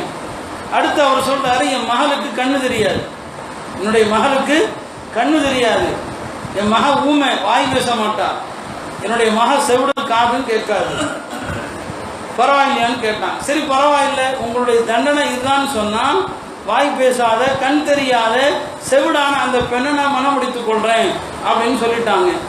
கடைசியில் 2 பேருக்கும் நிக்காகம் நடக்குது. இமாமுடைய தந்தை இமாம் அபு ஹனீஃபாவுடைய தாயாருக்கும் இடையில நிக்காக நடந்த இரவுல இமாமுடைய தந்தை தன்னுடைய மனைவி இருக்கிற அறைக்கு வர்றாங்க. வந்து பார்த்தால் அவனுடைய அந்த பெண்ணுடைய தந்தை சொன்னதுக்கு நேர்மாற்றமாக இருக்குது. ஏன்னா உள்ள வந்ததும் அந்த பெண்மணி சலாம் சொல்றாங்க, பார்க்கிறாங்க, இவங்க பதில் சலாம் சொல்றதை கேட்கிறாங்க. அவருக்கு ஒரே ஆச்சரியம், உன்னுடைய தந்தை உனக்கு பார்வை தெரியாதுன்னு சொன்னாரு, உனக்கு பேச வராதுன்னு சொன்னாரு, நீ செவிடுன்னு சொன்னாரு, ஆனா நீ இப்போ பேசுற பார்க்கிற எப்படி இதெல்லாம் சொல்லி அதுக்கு அந்தமா விளக்கம் கொடுத்தாங்க. என் தந்தை பார்வை தெரியாதுன்னு சொன்னது, என்னை குருடுன்னு சொன்னது, நான் எந்த அந்நிய ஆண்களையும் பார்த்ததில்லை, அதனால என்ன குருடுன்னு சொன்னாங்க. என் தந்தை என்னை ஊமை என்று சொன்னது, நான் எந்த தகாத சொல்லையும் பேசியதில்லை, அதில் நான் ஊமைன்னு சொன்னாங்க. செவிடுன்னு சொன்னது, எந்த தகாத விஷயத்தையும் இந்த காதுகளால் கேட்டது கிடையாது. இப்படிப்பட்ட தாய்மார்களுக்கு பிறந்த அந்த இமாம்களைத்தான் இன்றைக்கு நாம் பின்பற்றுகிறோம். இன்றைய வாலிபர்களுக்கு யாரை பின்பற்றுவது தெரியல, மார்க்கங்கிறது யாரை பின்பற்றணும் அப்படின்னு தெரியல. நவீன ஆய்வாளர்கள் சொந்த வாழ்க்கையில தூய்மை இல்லாதவர்கள் அவர்களை எல்லாம் இன்னைக்கு வழிகாட்டிகளாக்கி ஒரு கூட்டம் பின்பற்றி கொண்டிருக்குது. அப்ப நான் சொல்ல வந்தது, இப்படிப்பட்ட இமாம்களுடைய பெற்றோர்களுடைய அந்த தூய்மை, அவங்களுடைய தாய்மார்களுடைய வளர்ப்புல தான் இந்த அறிஞர் பெருமக்கள் எல்லாம் கிடைத்தார்கள். எனவே நம்முடைய எதிர்கால சந்ததிகளை, குழந்தைகளை உருவாக்குவதில் நம்முடைய தாய்மார்களுடைய பங்களிப்பு மிக மிக அதிகம். நீங்கள் அவர்களுக்கு குர்ஆனை தான் கற்றுக் கொடுப்பதில், மார்க்க அறிவை கற்றுக் கொடுப்பதில் மிக முக்கியத்துவம் கொடுக்கணும். இமாம் மாலிக் ரஹ்மத்துல்லாஹி அலைஹி 4 மதுஹபுடைய இமாம்களிலே ஒருவர். அவங்க குழந்தையாக வளருகிற போது இமாம் மாலிக் ரஹ்மத்துல்லாஹுடைய தாயார் முதலாக இமாம் மாலிக் அவர்களை ஒரு ஆசிரியரிடத்துல கல்வி கற்பதற்காக அனுப்புறாங்க. அந்த ஆசிரியருடைய பேர் ரபியா, மதீனா நகரத்தினுடைய பெரிய அறிஞர். இமாம் மாலிக் ரஹ்மத்துல்லாஹுடைய தாயார் தன்னுடைய மகனை முதல்ல கல்வி கற்பதற்காக அனுப்புகிற போது இமாம் மாலிக் அடிக்கடி அதை சொல்லுவாங்க, அடிக்கடி அதை சொல்லி காட்டுவாங்க. நான் இந்த அளவுக்கு வளர்ந்தது என்னுடைய தாய் தான் காரணம். முதல்ல கல்வி கற்க அனுப்பும் போது தன்னுடைய மகனை நல்ல குளிப்பாட்டி, இருக்கிறதுல அழகான ஆடைகளை உடுத்தி, பெரிய தொப்பி போட்டு, நல்ல தலப்பா கட்டி அவங்கள அனுப்பி வைக்கிறாங்க. இன்னைக்கு அதுதான் மக்தபுகளை இல்லாம போனது. அல்லாஹ்வுடைய கிருபையில தீனியாத் மூலமாக வருது. இல்லைன்னா ஒரு காலத்துல மக்தபுக்கு பிள்ளைகள் எப்படி வருவாங்க, இருக்கிறதுல அழுக்கு ட்ரெஸ்ஸோடு வருவாங்க, தூங்கி எஞ்ச அதே முகத்தோடு, அங்கங்க என்னங்க வாயிலிருந்து தூக்கத்துல வழிஞ்சதெல்லாம் இருக்கும், எல்லாமே இருக்கும். அப்படிதான் மக்தபுகளுக்கு வருவாங்க. மார்க்க கல்விக்கு அவ்வளவுதான் முக்கியத்துவம். ஆனா அதுவே ஸ்கூலுக்கு அப்படி நம்ம அனுப்ப மாட்டோம். இமாம் மாலிக் ரஹ்மத்துல்லாஹுடைய தாயார் மகனை குளிக்க வைத்து, இருப்பதுல சிறந்த ஆடையை உடுவித்து, நல்ல தொப்பி, பெரிய தொப்பி போட்டு தலப்பா கட்டி அனுப்பி வைப்பாங்க. அவங்களுடைய தந்தையார் கொடுத்த அந்த போதனை, மார்க்க கல்விக்கு என்ன மரியாதை கொடுக்கணும்னு அவங்க போதிச்சாங்களே, அதுதான் இமாம் மாலிக் ரஹ்மத்துல்லாஹி அலைஹி அவர்களை அவ்வளவு பெரிய ஆளாக ஆக்குச்சு. அவங்க பிற்காலத்துல கல்விக்கு எவ்வளவு மரியாதை கொடுப்பாங்கன்னா, பெருமானாருடைய ஹதீஸ மஸ்ஜிது நபவியில உட்கார்ந்து போதிப்பாங்க. அவங்களுடைய சபையில ஒரு சத்தம் கூட வரக்கூடாது. பெருமானாருடைய சபையில ஹதீஸுகளை சொல்லக்கூடிய இடத்துல ஒரு சத்தம் கூட வரக்கூடாது. அவங்க ஒரு நாள் ஹதீஸ அறிவித்து கொண்டிருக்கிறாங்க, பெருமானாருடைய ஹதீஸ போதிச்சுட்டு இருக்கிறாங்க. அவங்களுடைய முகத்துல திடீரென்று ஏதோ மாற்றம் இருக்குது, ஏதோ மாறுது. மாணவர்கள் கவனிக்கிறாங்க, ஏன் திடீர்னு இமாமுடைய முகம் மாறுதுன்னு சொல்லி. ஆனாலும் இமாம் அப்படி காட்டிக்காம ஹதீஸ பூரா அறிவிச்சு முடிச்சுட்டாங்க. சபை முடிந்ததும் அவங்கள்ட்ட மாணவர்கள் இப்னு முபாரக் ரஹ்மத்துல்லாஹி அலைஹி போன்றவர்கள் கேட்கிறாங்க, இன்னைக்கு நீங்க ஹதீஸ அறிவித்து கொண்டிருக்கும் போது இடையிடையே நாங்க பார்த்தவங்களுடைய முகம் மாறிக்கிட்டே இருந்துச்சு, என்னன்னு சொல்லி. இமாம் மாலிக் அவர்கள் தன்னுடைய முதுகலை பார்க்க சொன்னாங்க. சட்டையை கலட்டி ஒரு தேல் ஒன்று 16 முறை இமாம் அவர்களை கொட்டி இருந்தது. இப்ப எல்லாரும் கேட்டாங்க, ஏன் நீங்க இடையில பாடத்தை நிறுத்தி இருக்கலாம் இல்லையா, நிறுத்தி இருந்தா இந்த தேலை எடுத்திருக்கலாமேன்னு சொல்லி இமாம் மாலிக் சொன்னார்கள், ஒரு தேல் கொட்டியதற்காக பெருமானாருடைய ஹதீஸை நான் நிறுத்துவது அல்லாஹ்வுடைய தூதருக்கு நான் கொடுக்கிற கண்ணியமாகாது. இஜ்லாலன் லி ஹதீஸி ரசூலில்லாஹி ஸல்லல்லாஹு அலைஹி வஸல்லம், பெருமானாருடைய ஹதீஸுக்கு நான் கொடுக்க வேண்டிய மரியாதை, அவருடைய ஹதீஸுக்கு நான் கொடுக்க வேண்டிய கண்ணியம். 16 முறை தேல் கொட்டிய போதும் கூட அந்த இமாம் ஹதீஸை நிறுத்தல்ல. இது அந்த தாய் சின்ன வயதிலே போதித்த ஒழுக்கம், சின்ன வயதுல கற்றுக் கொடுத்த ஒழுக்கம். எனவே அன்பிற்கினிய தாய்மார்களே, நீங்க தான் உங்களுடைய குழந்தைகளுக்கான ரோல் மாடல், எடுத்துக்காட்டு நீங்க தான். உங்க குழந்தை வீட்டுக்கு வரும்போது நீங்க குர்ஆன் ஓதிட்டு இருக்கிறத பார்க்கணும், நீங்க திக்ர் செய்யறத பார்க்கணும், நீங்க தொழுகிறத பார்க்கணும். நீங்க வீட்டுக்கு குழந்தைங்க வீட்டுக்கு வரும்போது நீங்க டிவி முன்னால இருக்கிறத அவங்க பார்க்க கூடாது. அதான் இன்னைக்கு நடந்துட்டு இருக்குது. ஆக உங்களை எப்படி இந்த குழந்தைகள் சின்ன வயசுல பார்க்கறாங்களோ 5 முதல் 7 வயசுக்குள்ளதான் ஒரு மனிதனுடைய மூளையில எல்லாமே செட் ஆகுது. 5 to 7 தான்.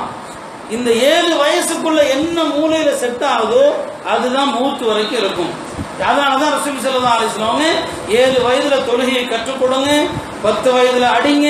குழந்தைகளுக்கு சின்ன வயசுலேயே எல்லாத்தையுமே நபி கற்றுக் கொடுக்க சொன்னாங்க. 7 வயசுல தொழுகை கற்றுக் கொடுங்க.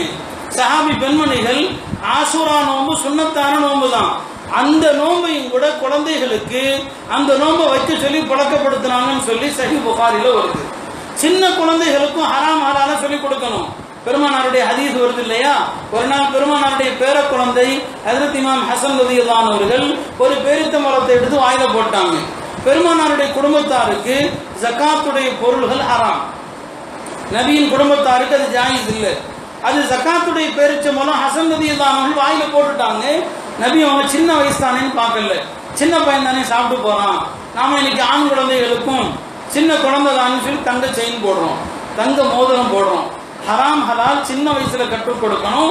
பெருமானார் ஸல்லல்லாஹு அலைஹி வஸல்லம் அவர்கள் தன் பேரன் வாய்க்குள்ள பேரிச்சம்பழத்தை போட்டுட்டான். ரசூல் ஸல்லல்லாஹு அலைஹி வஸல்லம் அவர்கள் அந்த குழந்தையை துப்ப சொல்றாங்க. அரபியில கஹ் கஹ்னு சொல்றாங்க, துப்பு துப்புன்னு சொல்றாங்க. நாம் ஆலு முஹம்மதின், முஹம்மதுடைய குடும்பத்தார், லா தஹில்லு லனா ஸதகத்து, நமக்கு ஜகாத் ஹலால் இல்லை மானே, அதை துப்புன்னு சொல்றாங்க. அப்ப சின்ன குழந்தைகளுக்கும் ஹராம் ஹலால சொல்லிக் கொடுக்கணும். இந்த பொறுப்பு தாய்மார்களுக்கு மிக அதிகம் இருக்கிறது. எனவே அன்பிற்கினியவர்களே, மார்க்க கல்வியை உயர்வாக நினைக்கணும். இந்த உயர்வை தாய்மார்கள் தங்களுடைய குழந்தைகளுக்கு, தங்களுடைய சிறுவர்களுக்கு அதை உணர்த்தணும். மக்தபுக்கு முக்கியத்துவத்தோடு இமாம் மாலிக்குடைய தாயார் எப்படி கண்ணியப்படுத்தி அனுப்பினாங்களோ அதுபோல நீங்கள் அனுப்ப வேண்டும். அன்பிற்கினிய சகோதரர்களே, இந்த காலத்தில் அல்லாஹுடைய பேரருளால் இந்த தீனியாத் அன்வார் சுஃபாவுடைய தலைமையில் அவர்களது வழிகாட்டுதல்களில் தமிழகம் எங்கும் இன்றைக்கு தீனியாத் ஒரு முறைப்படுத்தப்பட்ட அழகான ஒரு அமைப்பிலே சென்று கொண்டிருக்கிறது. நாம் இந்த மக்தபுகளுடைய அவசியத்தை நம்ம வழங்கணும்னு சொன்னால் அதுக்கு ஒரு நாட்டுடைய வரலாறு நாம் தெரிஞ்சாகணும். ரஷ்யாவுடைய வரலாறு, பொதுவாக முஸ்லீம் சமுதாயம் வரலாறுகளை அறிவதில் ஆர்வம் காட்டுறதே கிடையாது. நாம் ஒரு ஜும்மாவுடைய பயானில் கூட வரலாற்றை பற்றி வரலாறு பேச ஆரம்பித்தா பல பேர் தலை கீழே போட்டுருவாங்க. அஜித் இன்னைக்கு பிளேடு போட ஆரம்பிச்சிட்டாரு, ஒரு சுவையான சம்பவம், ஏதாவது ஒரு 2 காமெடி, எப்பவுமே சிரிங்க சிரிங்க சிரிச்சுக்கிட்டே இருக்குன்னு சொல்லி சொல்லி நம்ம சமூகத்திலே அந்த நோய் வந்துருச்சு. ஏதாவது ஒரு காமெடி வேணும். ஒரு வரலாறு நம்ம தெரிஞ்சுக்க ஆசைப்படுறது கிடையாது. ரஷ்யாங்கிறது இமாம் புகாரியை பற்றி சொன்னோமே, அந்த புகாரா எங்க இருக்கு? ரஷ்யால தான் இருக்கு. இமாம் புகாரி பிறந்த ஊர் புகாரா, அது எங்க இருக்கு? ரஷ்யால இருக்குது. அந்த ரஷ்யா ஒரு காலத்தில் இஸ்லாமிய ஆட்சி ஆளுகையின் கீழ் இருந்தது. பிற்காலத்தில் அது கம்யூனிச நாடாக ஆனது. கம்யூனிஸ்டுகள் ரஷ்யாவை ஆட்சி செய்த காலத்தில் ஒட்டுமொத்தமா எல்லா மதங்களையும் அழித்தாங்க. குறிப்பாக இஸ்லாத்தை வேரோடு அழிச்சாங்க. இஸ்லாமிய அடையாள சின்னங்கள், பள்ளிவாசல்களை எல்லாம் பன்றி கூடங்களாக மாத்தினாங்க. பள்ளிகள்ல போற பன்றி கட்டி வச்சாங்க. அந்த நேரத்தில் இஸ்லாமிய அடையாள சின்னம் இருக்கக்கூடாது, தாடி இருக்கக்கூடாது, தொப்பி இருக்கக்கூடாது. அவ்வளவு மோசமான ஒரு சூழல் ரஷ்யால ஏற்படுது. அல்லாஹ் பாதுகாக்கணும். இந்தியாவிலும் அப்படிப்பட்ட நகர்வுகள் தான் போய் கொண்டிருக்குது. இங்கேயும் இந்துத்துவ சக்திகள் வருங்காலத்தில் இந்த நாட்டையும் அப்படி கொண்டு செல்வதற்கான சூழ்ச்சியை நோக்கி தான் போயிட்டு இருக்கிறாங்க. இந்த கம்யூனிஸ்டுகள் ஆட்சி செய்யக்கூடிய அந்த காலங்கள்ல தான் அங்கே எல்லாத்துக்கும் தடை, மதரசாக்கள், பள்ளிவாசல்கள் எல்லாமே இடிக்கப்பட்டுடுச்சு. மார்க்க அடையாளம் எதுவுமே இருக்கக்கூடாது. அந்த நேரத்தில் உள்ள முஸ்லிம்கள், உலமாக்கள், குர்ஆனை போதிக்கக்கூடியவர்கள் இந்த தீனை பாதுகாக்கணும், தங்களுடைய பிள்ளைகளுக்கு ஈமான கற்றுக் கொடுக்கணும், குர்ஆனை கற்றுக் கொடுக்கணும். அதற்கு அவர்கள் செய்த அந்த தியாகங்கள் ஆச்சரியப்படும். அவ்வளோ பெரிய ஆச்சரியம் வரலாற்றில். அன்னைக்கு அவங்க அந்த குழந்தைகளுக்கு குர்ஆனை கற்றுக் கொடுக்கலன்னு சொன்னால் இன்னைக்கு ரஷ்யாவில் இஸ்லாம் திரும்பி வந்திருக்காது. எப்படி கற்றுக் கொடுத்தாங்க, எப்படி பாதுகாத்தாங்க? ஏன்னா 24 மணி நேரமும் கம்யூனிச ராணுவம் போலீஸ் ரோந்து வந்துகிட்டே தான் இருக்கும். என்ன ரோந்து? எங்கேயாவது குர்ஆன் கற்றுக் கொடுக்கப்படுதா, எங்கேயாவது அரபி கற்றுக் கொடுக்கப்படுதா? ரோட்ல நிற்கிற சிறுவர்களை கூட்டு கேட்பாங்க. ஒரு சின்ன பையன் பிஸ்மில்லா சொல்லிட்டான்னு சொன்னா அந்த சின்ன பையனுடைய அத்தாவுக்கு விட்டு வெட்டிடுவான். உடனே அங்கேயே கொலை செஞ்சிருவாங்க. பிஸ்மில்லா தெரியுமான்னு கேட்பாங்க. அவன் தெரியும் சொல்லிட்டானா முடிஞ்சு போச்சு. அந்த குடும்பத்தில் உள்ளவர்களை கொலை பண்ணிடுவாங்க. அரபி தெரிஞ்சதுன்னா அந்த பையனுடைய குடும்பத்தை கொலை செஞ்சிருவாங்க. சிறுவர்களை அழைத்து கேட்பாங்க, உங்க வீட்டில் அத்தா அம்மா தொழுகிறாங்களான்னு கேட்பாங்க. அந்த பையன் தெரியாம தொழுகிறாங்கன்னு சொன்னா அந்த குடும்பம் முடிஞ்சு போச்சு, அவங்க கதை. இப்படிப்பட்ட சூழலில் அந்த மக்கள் ஈமானோடு வாழ்ந்தாங்க. அதுதான் அதிசயம். இந்த சூழலிலும் கூட அவங்க ஈமான இழக்கல்ல. அந்த மக்கள், ரஷ்யாவுடைய அந்த மக்கள், அங்குள்ள உலமாக்கள் இன்னும் தாடி வைக்க கூடாது, தாடியை சிறைச்சிட்டாங்க. வேற வழியில நிர்பந்தத்தில் சிறைச்சாங்க. பிரியத்தோடு கிடையாது, சில நிர்பந்தங்கள்ல சில விஷயங்கள் கூடும், நிர்பந்தத்தில் சிறைச்சாங்க. ஆனா வீட்டில் நைட் நேரத்தை உட்கார்ந்து தங்களுடைய குழந்தைகளுக்கு குர்ஆனையும் புகாரி ஷரீஃபையும் ஓதி கொடுத்தாங்க. ஆக இப்படிப்பட்ட ஒரு சூழல் ரஷ்யாவில் ஏற்பட்ட நேரத்தில் பிள்ளைகளுக்கு குர்ஆனை கற்றுக் கொடுத்தாங்க. அதுக்கு என்ன செய்யறது? மௌலானா ஜுல்ஃபிகார் சாஹிப் நக்ஷபந்தி தாமத் பரக்காத்துஹும் அவர்கள் உருதுல ஒரு பயண நூல் எழுதியிருக்கிறாங்க. உருதுல அவர்கள் எழுதிய ஒரு பயண நூல் அது. அவங்க ரஷ்யா போன வரலாறு. அங்க ரஷ்யாவில் கம்யூனிசம் ஆட்சி செய்த காலத்தில் எப்படியெல்லாம் முஸ்லிம்கள் ஒடுக்கப்பட்டாங்க, இஸ்லாம் அழிக்கப்பட்டது, அந்த புத்தகத்தில் தான் இதை சொல்றாங்க. அந்த நேரத்தில் உலமாக்கள் என்ன செஞ்சாங்கன்னா ஒவ்வொரு வீட்லையும் ஒரு அண்டர் கிரவுண்ட், ஒவ்வொரு வீட்லையும் ஒரு அண்டர் கிரவுண்ட் வச்சிருந்தாங்க. அந்த அண்டர் கிரவுண்டுக்குள்ளே ஒரு ஆசிரியர், ஒரு முஅல்லிம், ஒரு உஸ்தாத் அவரையும் அனுப்பிடுவாங்க. குழந்தைங்க ஒரு 10-15 குழந்தைகளையும் அனுப்பிடுவாங்க. ஒரு 6 மாசத்துக்கு அந்த அண்டர் கிரவுண்ட்ல இருந்து அவங்க வெளியே வரவே மாட்டாங்க. உள்ளேயே எல்லா தேவையும், அதுக்குள்ளே எல்லாமே ஒரு அண்டர் கிரவுண்டுக்குள்ள அவங்க அனுப்பிடுவாங்க. அந்த அண்டர் கிரவுண்டுக்குள்ள அந்த குழந்தைகள் போகும்போது ஒரு அலிஃபா கூட தெரியாம போகும். வெளியே வரும்போது குர்ஆனை மனனம் செஞ்ச ஹாஃபிஸாக வெளியே வருவாங்க. இப்படி ஒரு அண்டர் கிரவுண்ட்ல வைத்து குர்ஆனை கற்றுக் கொடுத்து தியாகம் பண்ணாங்க. அந்த தாய்மார்கள் தியாகம் செஞ்சாங்க. குழந்தைகளை உள்ள அனுப்பின பிறகு 6 மாசத்துக்கு அந்த குழந்தைகளை கண்ணில் கூட அந்த தாய்மார்களால் பார்க்க முடியாது, பார்க்கறதுக்கு அவங்க வாய்ப்பு இல்லை. வெளியே வந்து அடுத்த ஆபத்து தான். இந்த அண்டர் கிரவுண்டுகளை சந்தேகப்படக்கூடாது ராணுவம். ஏன்னா கம்யூனிச ராணுவம் வந்துகிட்டே இருப்பாங்க. ஒருவேளை எங்கேயாவது ஏதாவது நடக்குன்னு தெரிஞ்சா எல்லாத்தையுமே எரிச்சிருவாங்க. அப்போ அந்த சந்தேகம் வரக்கூடாதுங்கிறதுக்காக என்ன செய்வாங்கன்னா அந்த அண்டர் கிரவுண்டுக்கு போற வாசல்ல ஒரு ஆபாச பிலிமை ஒட்டி வச்சிருவாங்க. பாருங்க, தீனை பாதுகாக்கிறதுக்கு ஒரு ஆபாச படத்தை ஒட்டி வச்சிருவாங்க. அந்த ரூமுக்கு வெளியில வந்து சில மது பாட்டல்கள் குடிச்சிட்டு போட்ட மாதிரி போட்டு வச்சிருப்பாங்க. இது எதுக்காகனா அந்த வழியாக ராணுவம் போச்சுன்னு சொன்னா சரி உள்ள இருக்கிறவனா கம்யூனிஸ்ட்காரன் போட்டு தருது, உள்ள சினிமா பார்த்துக்கிட்டு ஆபாசமான பிலிமை பார்த்துக்கிட்டு மது அறிஞ்சிட்டு இருப்பாங்க போட்டு தருதுன்னு போயிடுவான். ஆனா அங்க உள்ள நடக்கிறது குர்ஆன் ஓதிட்டு இருப்பாங்க. உள்ள தொழுகை நடக்கும், குர்ஆன் ஓதுறது நடக்கும். இப்படி உள்ள ரகசியமாக அந்த குழந்தைகளுக்கு அந்த தீனையும் மார்க்கத்தையும் அந்த மக்கள் அன்றைக்கு கற்றுக் கொடுக்க போய் தான் 70 ஆண்டுகளுக்கு பிறகு ரஷ்யாவிலே கம்யூனிசம் உடைந்தது. ரஷ்யா உடைந்து பல இஸ்லாமிய நாடுகள் ஆச்சு. இன்னைக்கு அங்க இஸ்லாம் இருக்குதுன்னு சொன்னா அந்த 70 வருஷம் ஒடுக்கப்பட்ட காலத்துல இந்த மக்தப் இந்த குழந்தைகளுக்கு குர்ஆனை கற்றுக் கொடுக்க போய் தான். மக்தப் இல்லைன்னா இன்னைக்கு அங்க இஸ்லாம் இருந்திருக்காது. ஸ்பெயின்ல தான் நடந்துச்சு. அங்க மக்தபுடைய இல்மு, மக்தபுடைய ஞானம் இல்லாம போனதனுடைய விளைவு அங்க இஸ்லாம் அழிஞ்சது. ஆனா ரஷ்யால இஸ்லாத்தை அழிக்க முடியல, ரஷ்யால இஸ்லாத்தை ஒழிக்க முடியல. கம்யூனிஸ்டுகள் அவ்வளவு தீவிரமாக இருந்தும் கூட அங்க இஸ்லாம் ஏன் நிலைத்ததுன்னு சொன்னா இந்த குழந்தைகளுக்கு குர்ஆன் கற்றுக் கொடுக்கப்பட்டது. அதன் விளைவாகத்தான் அங்கே இஸ்லாம் இருந்தது. இதுக்கு மாற்றமாக ஸ்பெயினுடைய வரலாற்றையும் பார்க்கிறோம். ஸ்பெயின் அழிக்கிறதுக்காக, அங்கிருந்து இஸ்லாத்தை அகற்றுவதற்காக தொடர்ந்து கிறிஸ்தவர்கள் சூழ்ச்சிக்கு மேல் சூழ்ச்சி செஞ்சுக்கிட்டே இருக்கிறாங்க. தங்களுடைய உளவாளிகளை அனுப்பிக்கிட்டே இருக்கிறாங்க. ஸ்பெயின் மீது படை எடுக்கலாமா, ஸ்பெயினை வெற்றி கொள்ள முடியுமா என்று தங்களுடைய உளவாளிகளை அனுப்பிக்கிட்டே இருக்கிறாங்க. ஸ்பெயினுக்குள்ள ஒரு பிரிட்டிஷ் உளவாளி உள்ள வர்றார். வந்து பார்க்கிறாரு, இங்க இஸ்லாம் எப்படி இருக்குது, நாம இந்த நாட்டின் மீது இப்போ படையெடுத்தா முஸ்லிம்களை வெல்லலாமா முடியாதா என்று ஒருத்தர் ஒரு உளவாளி வர்றாரு, கிறிஸ்துவ உளவாளி. அவர் வீதியில ஒரு பையனை பார்க்கிறாரு, ஒரு நடுத்தர பையன், ஒரு 15 வயசு 16 வயசு மதிக்கத்தக்க பையன். அந்த பையன் ரோட்ல உட்காந்து அழுதுகிட்டு இருக்கிறான். அப்ப இந்த உளவாளி அந்த பையனை அழைச்சி கேட்கிறாரு, ஏன்பா நீ அழுதுட்டு இருக்கிறேன்னு சொல்லி. அந்த பையன் சொல்றான், எங்க அம்மா என்னை வந்து கிறிஸ்தவர்களோடு போர் செய்யறதுக்கு அனுப்ப மாட்டிருக்கிறாங்க, கிறிஸ்தவர்களை எதிர்த்து போர் செய்யறதுக்கு என்னை அனுப்ப மாட்டிருக்கிறாங்க, நான் அதுக்காக அழுதுட்டு இருக்கிறேன்னு சொல்லி. அந்த உளவாளி கேட்கிறான், ஏன் உங்க அம்மா உன்னை அனுப்ப மாட்டிருக்கிறாங்கன்னு சொல்லி. அந்த பையன் சொல்றான், நான் குரான் ஓதிட்டு இருக்கிறேன், மனப்பாடம் பண்ணிட்டு இருக்கிறேன், 25 ஜுஸு நான் முடிச்சிருக்கிறேன், இன்னும் 5 ஜுஸு இருக்குது. எங்க அம்மா சொல்றாங்க, இந்த 5 ஜுஸு மனப்பாடம் பண்ணி முடிச்சுட்டு அதுக்கப்புறம் நீ அல்லாஹ்வுடைய பாதையில போருக்கு போன்னு சொல்றாங்க, நான் இப்பவே போறேன்னு சொல்றேன்னு சொல்லி. இந்த உளவாளி இதை கேட்டுட்டு தன்னுடைய நாட்டுக்கு திரும்பி தன் எஜமானர்கள்ட்ட சொல்றான், ஸ்பெயின்ல என்ன நிலைமை இருக்குன்னு சொல்லி. அப்ப அவங்க சொன்னாங்க, இப்ப நாம ஸ்பெயினை வெற்றி கொள்ள முடியாது, எது வரைக்கும் அவங்க குரானோடு தொடர்பு வச்சிருக்கிறாங்களோ நாம ஸ்பெயினை வெற்றி கொள்ள முடியாது, நெருங்க முடியாதுன்னு சொல்லி. அதே உளவாளி ஒரு 20 வருஷத்துக்கு பிறகு மறுபடியும் ஸ்பெயினுக்கு உள்ள வர்றான்.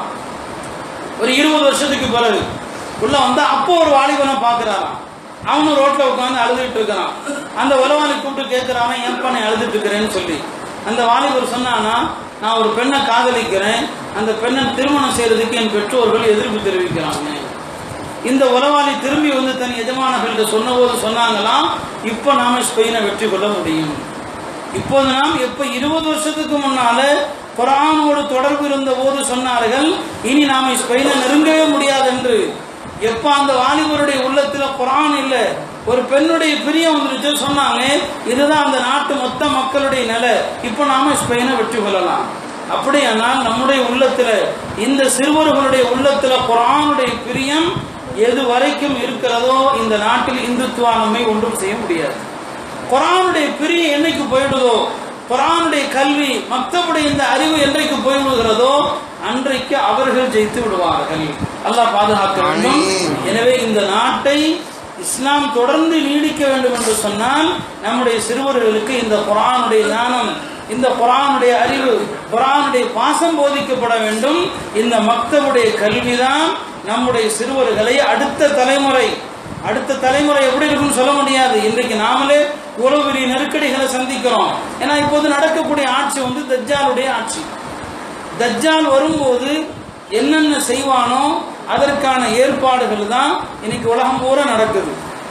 தஜ்ஜால் வந்தா என்ன செய்வான்னு சொல்லி ஹதீஸ்ல இருக்குது. தஜ்ஜால் வந்தா மக்கள்கிட்ட எதுவுமே இருக்காது, எல்லாத்தையுமே பிடிங்கிடுவான். யார் அவனுக்கு கட்டுப்படுறாங்களோ அவங்களுக்கு மட்டும்தான் கொடுப்பான். இப்ப இருக்கிற தஜ்ஜாலும் நம்மள்கிட்ட உள்ளதை வர பிடிங்கி பேங்க்ல வச்சிருச்சு, எல்லாமே போயிடுச்சு. என்ன அர்த்தம்? நான் சொல்றதை எவர் கேட்பார்களோ அவங்கள்ட்ட கட்டுக்கட்டா 2000 ரூபாய் பணம் இருக்கும். சாதாரண மக்கள் 2000 ரூபாய் வாங்க முடியல, ஆனா சிலருடைய வீட்டுல கட்டுக்கட்டா இருக்குது. இதான் தஜ்ஜால் செய்வான். தஜ்ஜால் செய்வதற்கு என்னென்ன பண்ணுவானோ அந்த தஜ்ஜால் வரக்கூடிய உலகத்துக்கான ஏற்பாடுகள் தான் இன்றைக்கு நடந்து கொண்டிருக்குது. இதை நாம எதிர்கொள்வதற்கு நம்மிடத்துல குர்ஆன்ங்கிற ஆயுதம் மட்டும்தான் பெரிய பலம். இந்த அறிவை நம்முடைய குழந்தைகளுக்கு நாம் ஊட்டினோம் என்று சொன்னால், நம்முடைய பிள்ளைகளுக்கு போதித்தோம் என்று சொன்னால் நிச்சயமாக அவர்களால் வெல்ல முடியாது. அல்லாஹ் அப்படிப்பட்ட ஒரு நல்ல சூழ்நிலையை நீடிக்க செய்யணும். கண்ணியத்திற்குரிய மக்தபுடைய இந்த அறிவை கொண்டுதான் நம்முடைய பிள்ளைகளுடைய ஈமானை பாதுகாக்க முடியும். பெருமானார் ஸல்லல்லாஹு அலைஹி வஸல்லம் அவர்களுடைய வரலாற்றை பாருங்கள். பெருமானார் ஹிஜ்ரத் செஞ்சு மதீனா செல்வதற்கு முன்னால, மதீனா அவங்க செல்லல, ஆனா மதீனாவில் இஸ்லாம் வளர ஆரம்பிச்சிருச்சு. ஏன்னா மதீனாவிலிருந்து ஹஜ்ஜுக்கு வந்த அந்த மக்கள் ரசூல் ஸல்லல்லாஹு அலைஹி வஸல்லம் அவர்களை சந்தித்தார்கள், ஈமான் கொண்டாங்க, மதீனால இருந்தாங்க. பெருமானார் ஹிஜ்ரத் செய்து மதீனா போறதுக்கு முன்னால மதீனால முதல்ல உருவாக்கப்பட்டது மக்தப் மதரசா தான். அங்க நபி அவர்கள் யாரை அனுப்புனாங்க? முஅல்லிமாக முஸ்அப் இப்னு உமைர். முஸ்அப் இப்னு உமைர்ங்கிற சஹாபிய நபி ஸல்லல்லாஹு அலைஹி வஸல்லம் அவர்கள் ஹிஜ்ரத் செய்வதற்கு முன்பாகவே அவங்களை எங்க அனுப்பிட்டாங்க? மதீனாவுக்கு அனுப்பிட்டாங்க. அவர் போய் அங்க தாலீம் செய்றாரு. குர்ஆனுடைய தாலீம், தொழுகையினுடைய தாலீம், மார்க்க விஷயங்கள் எல்லாத்தையும் அவர் கற்றுக் கொடுக்கிறார். அவர் போய் பல மாசங்களுக்கு பிறகுதான் ரசூல் ஸல்லல்லாஹு அலைஹி வஸல்லம் மதீனாவுக்கு போறாங்க. அப்ப ஒரு ஊருக்குள்ள நபியின் வருகைக்கு முன்னால் மக்தபுடைய வருகை வந்துருச்சு. ஒரு ஊருக்குள்ள அல்லாஹ்வுடைய தூதர் இன்னும் கால் எடுத்து வைக்கல. அவர்கள் வருவதற்கு முன்னால் மக்தப் மதீனா நகரத்துக்கு வந்துச்சுன்னு சொன்னா இந்த மக்தபுடைய அவசியம், இந்த மக்தபுகள் எவ்வளவு தேவை என்பதை நாம் அறிந்திருக்க வேண்டும். கண்ணியத்திற்குரியவர்களே, அந்த அடிப்படையில் இந்த காலத்தில் இந்த மக்தபுடைய அவசியங்கள், மக்தபில் நம்முடைய பிள்ளைகளை சேர்த்து மார்க்க போதனைகள் என்பது மிக மிக தேவையான ஒரு விஷயம். அல்லாஹ்வுடைய பெரிய கிருபை, ஒரு காலத்தில் மக்தபில் சாதாரணமாக எஸ்டர்னல் குரான், ஆரம்ப குரானுடைய சில பாடங்கள், ஒரு சில அடிப்படை விஷயங்களோடு முடிஞ்சு போச்சு, அவ்வளோதான் மக்தபுகள் இருந்தது. இன்றைக்கு இந்த முறைப்படுத்தப்பட்ட முனzzம் மக்தப், இந்த முறைப்படுத்தப்பட்ட மக்தபுகள் வந்த பிறகு இன்றைக்கு மக்தபில் உருவாக்கப்பட்டிருக்கிற இந்த பாடத்திட்டம், இதை தொடர்ந்து பிள்ளைகள் படித்தாங்கன்னு சொன்னால் கிட்டத்தட்ட ஒரு ஆலிமுக்கு நிகரான கல்வி அவங்க படிச்சிட முடியும். அந்த அளவுக்கு அல்ஹம்துலில்லாஹ் விரிவான பாடத்திட்டங்கள், ஃபிக்ஹுடைய விரிவான சட்டங்கள் எல்லாமே அடுத்தடுத்த பல புத்தகங்கள் வந்து கொண்டிருக்குது. இதை நம்முடைய பிள்ளைகள் அதில் தஜ்வீதும் இருக்குது, அதில் வரலாறும் இருக்குது, அதில் மொழிகளும் உருது அரபி மொழியும் இருக்குது. இப்படி ஒரு ஒருங்கிணைக்கப்பட்ட ஒரு அழகான ஒரு பாடத்திட்டத்தை இன்றைக்கு இந்த மக்தபுகள் மூலமாக நமக்கு ஒரு பெரிய முயற்சிக்கு பின்னால் தரப்பட்டிருக்கு. எனவே சமுதாயம் இந்த மக்தபுகளை பரவலாக்க வேண்டும், இந்த மக்தபில் ஈடுபடக்கூடியவர்களை இன்னும் ஆர்வப்படுத்த வேண்டும். எல்லாவற்றுக்கும் மேலாக நம்முடைய பிள்ளைகளை நான் ஆரம்பத்தில் சொன்னது போல நம்முடைய இமாம்களுடைய தாய்மார்கள் எப்படி தன்னுடைய குழந்தைகளுடைய உள்ளத்தில் மார்க்க பிரியத்தை, மார்க்க அறிவை கொடுத்தாங்களோ, ஷரியத்துடைய கல்வியினுடைய முக்கியத்துவத்தை உணர்த்தினாங்களோ, அப்படி உணர்த்தி நம்முடைய தாய்மார்கள் அனுப்பணும். எதையும் சடங்கா செய்யக்கூடாது. சடங்கா செஞ்சோம்னா அதில் அபிவிருத்தி இருக்காது. அதனால எல்லாரும் பிள்ளைகளை அனுப்புறாங்க, நாமளும் அனுப்புறோம் இருக்கக்கூடாது. தாய்மார்கள் குழந்தைகளை மக்தபுக்கு அனுப்புறது மட்டும் இல்லாம தங்களுடைய வீட்டில் தீனுடைய சூழலை உருவாக்கணும். வீட்டில் பெண்கள், நான் ஆரம்பத்தில் சொன்னது போல, அவங்க தொழுகையாளியாக இருக்கணும். பெருமானார் ஸல்லல்லாஹு அலைஹி வஸல்லம் அவர்கள் சொல்வார்கள், ஸல்லூ ஃபீ புயூத்திக்கும், உங்களுடைய வீட்டில் நீங்க தொழுவுங்க. வலா தஜஅலூஹா குபூரன், வீட்டை மண்ணறைகளாக ஆக்கிடாதீங்க. வீட்டை மண்ணறை ஆக்காதீங்கன்னா என்ன அர்த்தம்? கபர்ஸ்தான்ல தொழுகை இருக்குதா? இல்லை. தொழப்படாத வீடும் கபரஸ்தான். வீட்டை மண்ணறைகளை ஆக்காதீங்கன்னு சொன்னா கபரஸ்தான்ல தொழுகை நடக்காது. எந்த வீட்டை தொழுவுறது இல்லையோ அந்த வீடும் கபரஸ்தான். அதனாலதான் நபி ஸல்லல்லாஹு அலைஹி வஸல்லம் ஆண்களுக்கு சொன்னாங்க, வீட்டில் போய் சுன்னத் தொழுவுங்க, ஃபர்து பள்ளியில தொழுவுங்க, சுன்னத்து வீட்டில் தொழுவுங்க. அதிலும் குறிப்பா மகரிபுடைய சுன்னத்து, இரவு தொழுகைகளுடைய சுன்னத்து பெருமானார் ஸல்லல்லாஹு அலைஹி வஸல்லம் அவர்கள் மிக வலியுறுத்தி சொன்னாங்க, இந்த சுன்னத்துகளை வீட்டில் தொழுவுங்க. வீட்டில் சுன்னத் தொழுவுறதுனால ரெண்டு ஃபாயிதா இருக்குது, ரெண்டு பலன் இருக்குது. ஒன்று, தொழுகையினால வீட்டில் ரிஸ்குடைய அபிவிருத்தி ஏற்படும். ரெண்டாவது, நாம தொழுகிறத நம்முடைய குழந்தைகள் கண்கூடா பார்க்குறாங்க. நாம தான் அவங்களுக்கான எடுத்துக்காட்டு. நம்முடைய தொழுகைகளை பார்த்து அவங்களும் பயிற்சி பெறுவாங்க. எனவே தாய்மார்கள் மக்தபுக்கு அனுப்புறதோடு அவங்க கடமை முடியாது. அவங்க பேணுதலான ஒரு வாழ்க்கையை வாழ்ந்து தங்களுடைய பிள்ளைகளை பெரிய பெரிய அறிஞர்களாக, பெரிய மகான்களாக உருவாக்கணும். ஹஜ்ரத் ஹாஜா மொயினுத்தீன் சிஷ்தி ரஹ்மத்துல்லாஹி அலைஹி பெரிய இந்தியாவில் மிகப்பெரிய மார்க்க புரட்சி செய்த ஒரு மகான். ஹஜ்ரத் ஹாஜா மொயினுத்தீன் சிஷ்தி அவர்கள் பல லட்சக்கணக்கான மக்கள் அவர்களின் காரணமாக இந்த குஃபரில் இருந்து, ஷிர்கில் இருந்து தௌபா செய்து இஸ்லாத்துக்கு வந்தாங்க.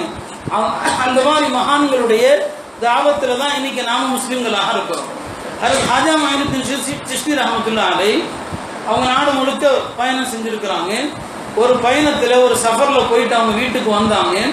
ரொம்ப சந்தோஷமாக இருந்தாங்க. இப்போ அவங்களுடைய தாயார் பார்க்குறாங்க, மகனுடைய முகத்தில் முன்போட ரொம்ப சந்தோஷம் தெரியுது. கேட்டாங்க, மகனே என்ன காரணம், இன்னைக்கு ரொம்ப சந்தோஷமாக இருக்கிறீங்களேன்னு சொல்லி. இப்போ அவங்க சொன்னாங்க, மற்ற முறைகள் நான் பயணத்தில் போவேன், சில 100 பேர் இஸ்லாத்துக்கு வருவாங்க, சில 1000 பேர் இஸ்லாத்துக்கு வருவாங்க. இந்த பயணத்தில் 6 லட்சம் பேர் முஸ்லீமானாங்க. 6 லட்சம் பேர் முஸ்லீமானாங்க. அதான் என்னுடைய சந்தோஷத்துக்கு காரணம். அவங்களுடைய தாயார் உடனே சொன்னாங்க, மகனே அது உன்னுடைய திறமை இல்லை, அது என்னுடைய திறமைன்னு சொன்னாங்க. இந்த 6 லட்சம் பேர் இஸ்லாத்தை ஏற்றதற்கு காரணம் உன்னுடைய திறமை கிடையாது, அது என்னுடைய திறமைன்னு சொன்னாங்க. அவங்களுக்கு ஒன்றும் புரியல. தன்னுடைய தாயிடத்தில் பணியோடு கேட்டாங்க, பயணம் செஞ்சது, கஷ்டப்பட்டது எல்லாமே நான் தான், ஆனால் நீங்கள் சொல்கிறீங்க அது உன்னுடைய திறமை இல்லை, என்னுடைய திறமைன்னு சொல்லி எனக்கு விளங்கலையேன்னு சொல்லி. அவனுடைய தாயார் சொன்னாங்க, மகனே நீ குழந்தையாக இருக்கிற போது ஒவ்வொரு முறை உனக்கு நான் பாலூட்டுகிற போதும் ஒது செய்து விட்டுத்தான் நான் பாலூட்டி இருக்கிறேன். ஒவ்வொரு முறை பாலூட்டுகிற போதும் ஒது செய்து விட்டு என்னுடைய மகனுக்கு மார்க்க ஞானம் புகட்டப்பட வேண்டும், ஒவ்வொரு பால் சொட்டும் என்னுடைய மகனுடைய உள்ளத்தில் ஆன்மீகம், என்னுடைய மகனுடைய உள்ளத்தில் பரிசுத்தம் கொடுக்கப்பட வேண்டும் என்று நான் துவா செஞ்சுட்டு கொடுத்த அந்த பால் தான் உனக்கு எவ்வளோ பெரிய மனிதனாக்கி உன் வார்த்தைகளால் 6 லட்சம் பேர் முஸ்லீம் ஆனாங்கன்னு சொன்னால் அது நான் கொடுத்த பாலுடைய பரக்கத்துன்னு சொன்னான். நம்முடைய அருமை தாய்மார்கள் யோசிக்க வேண்டும், இன்றைக்கு நம்முடைய குழந்தைகளுக்கும் நாம் எப்படி பாலூட்டி இருக்கிறோம் என்று. இன்றைக்கு சினிமா பாடல்களை வைத்துக்கொண்டு, அதுவும் என்னங்க இந்த தவிர்க்க முடியாத சைத்தாங்கிறது செல்ஃபோன் என்னங்க தவிர்க்க முடியாத சைத்தான், அது சைத்தான் அதை நான் தவிர்க்கவும் முடியாது. அதை கையில் வைத்துக்கொண்டு நாம் என்னங்க எல்லா நேரமும் பல்வேறு ஹராமான விஷயங்களை பார்த்து கொண்டு நம்முடைய உள்ளங்கள், தாய்மார்களுடைய உள்ளங்கள் எப்படி இருக்குமோ அப்படிதான் நம்முடைய குழந்தைகளும் இருக்கும். எனவே இந்த குழந்தைகளை மக்தபுக்கு அனுப்புறதோட உங்கள் கடமை முடியல, அதற்கும் மேலாக உங்களுடைய கடமைகள் இருக்கிறது. வீட்டில் நீங்கள் தீனுடைய மாஹவுலை உருவாக்கணும். தொழுகையில் உங்களிடத்துல பேணுதல் வரணும். குறிப்பாக காலை ஃபஜ்ருடைய தொழுகை, ஏன்னா தொழுகையில் ரொம்ப பலவீனம் இருக்கிறது ஃபஜ்ருடைய தொழுகையில தான். பெருமானார் ஸல்லல்லாஹு அலைஹி வஸல்லம் சொன்னாங்க, யார் ஒருவன் ஃபஜ்ர் தொழாமல் தூங்குகிறானோ அவனுடைய செவிகளில் ஷைத்தான் சிறுநீர் கழித்து விட்டான்னு சொன்னாங்க. ஃபஜ்ர் தொழாமல் யார் தூங்குறாங்களோ அவங்க செவிகளில் ஷைத்தான் சிறுநீர் கழிச்சுட்டான். ராத்திரி படுக்கும் போது ஷைத்தான் ஒவ்வொருவருடைய தலையிலையும் 3 முடிச்சு போடுறான். ஹதீஸ்ல வருது, ஆதாரபூர்வமான ஹதீஸ். இரவுல படுக்கும் போது ஷைத்தான் 3 முடிச்சு போடுறான். ஒவ்வொரு முடிச்சு போடும்போது ஷைத்தான் ஒரு மந்திரம் ஓதித்தான் போடுறான். அலைக்க லைலுன் தவீலுன் ஃபர்குத், ரொம்ப நேரம் இருக்குப்பா ராத்திரி, நீளமான ராத்திரி, நல்லா படுத்து தூங்கு அப்படின்னு சொல்றான். முதல் முடிச்சு போடும்போதும் சொல்லுவான் அலைக்க லைலுன் தவீலுன் ஃபர்குத், 2வது முடிச்சு போடும்போதும் சொல்லுவான். இப்படி 3 முடிச்சு போடுறான். இந்த 3 முடிச்சோட தான் எல்லாரும் படுக்கிறோம். நபி ஸல்லல்லாஹு அலைஹி வஸல்லம் சொன்னாங்க, இந்த 3 முடிச்சு அவிழ்க்கப்பட்டால் அந்த மனிதன் அன்று காலையிலிருந்து மாலை வரைக்கும் சுறுசுறுப்பா இருப்பான். இந்த 3 முடிச்சும் அவிழ்க்கப்படலைன்னு சொன்னா அன்றைய தினம் முழுவதும் அஸ்பஹ கபீசன் நஃப்ஸி, அவன் உள்ள அசுத்தமாகத்தான் இருக்கும் அன்னைக்கு போறான்னு சொன்னான். இந்த 3 முடிச்சு எப்படி அவிழ்க்கப்படும்? யார் காலையில் ஃபஜ்ருடைய தொழுகைக்கு எழுந்து அல்லாஹ் புகழ்ந்துட்டாங்களோ, கண் விழித்ததும் அல்ஹம்துலில்லாஹி அல்லதி அஹ்யானா பஅதமா அமாதனா வ இலைஹி நுஷூர், இந்த துஆ ஓதிட்டீங்க, ஒரு முடிச்சு அவிழ்க்கப்படும். உடனே போய் ஒது செஞ்சுட்டீங்கன்னு சொன்னா ஒது செஞ்சதும் 2வது முடிச்சும் அவிழ்க்கப்படும். உடனே ஃபஜ்ருடைய முன் சுன்னத்து தொழுதீங்க, தொழுததும் 3வது முடிச்சும் அவிழ்க்கப்படும். அதனால தான் ஃபஜ்ருடைய முன் சுன்னத்து இருக்குது, அதில் பெரிய சூறா ஓதக்கூடாது. ஃபஜ்ருடைய முன் சுன்னத்தை பொறுத்த வரைக்கும் அதை உடனே தொழணும். 2வது என்ன, சின்ன சூறா தான் ஓதணும். குல் யா அய்யுல் காஃபிரூன் குல் ஹுவல்லாஹ், அதில் பெரிய சூறா ஓதக்கூடாது. அது எதுக்காகனா, நீங்கள் அந்த சுன்னத்தை எப்போ தொழுது முடிக்கிறீங்களோ அப்போ தான் ஷைத்தானுடைய 3வது முடிச்சு அவிழ்க்கப்படுது. அதுக்காக தான் அதை வேகமாக தொழணும். ஆக இந்த 3 முடிச்சுகளும் இந்த 3 செயல்களால் அவிழ்க்கப்படுது.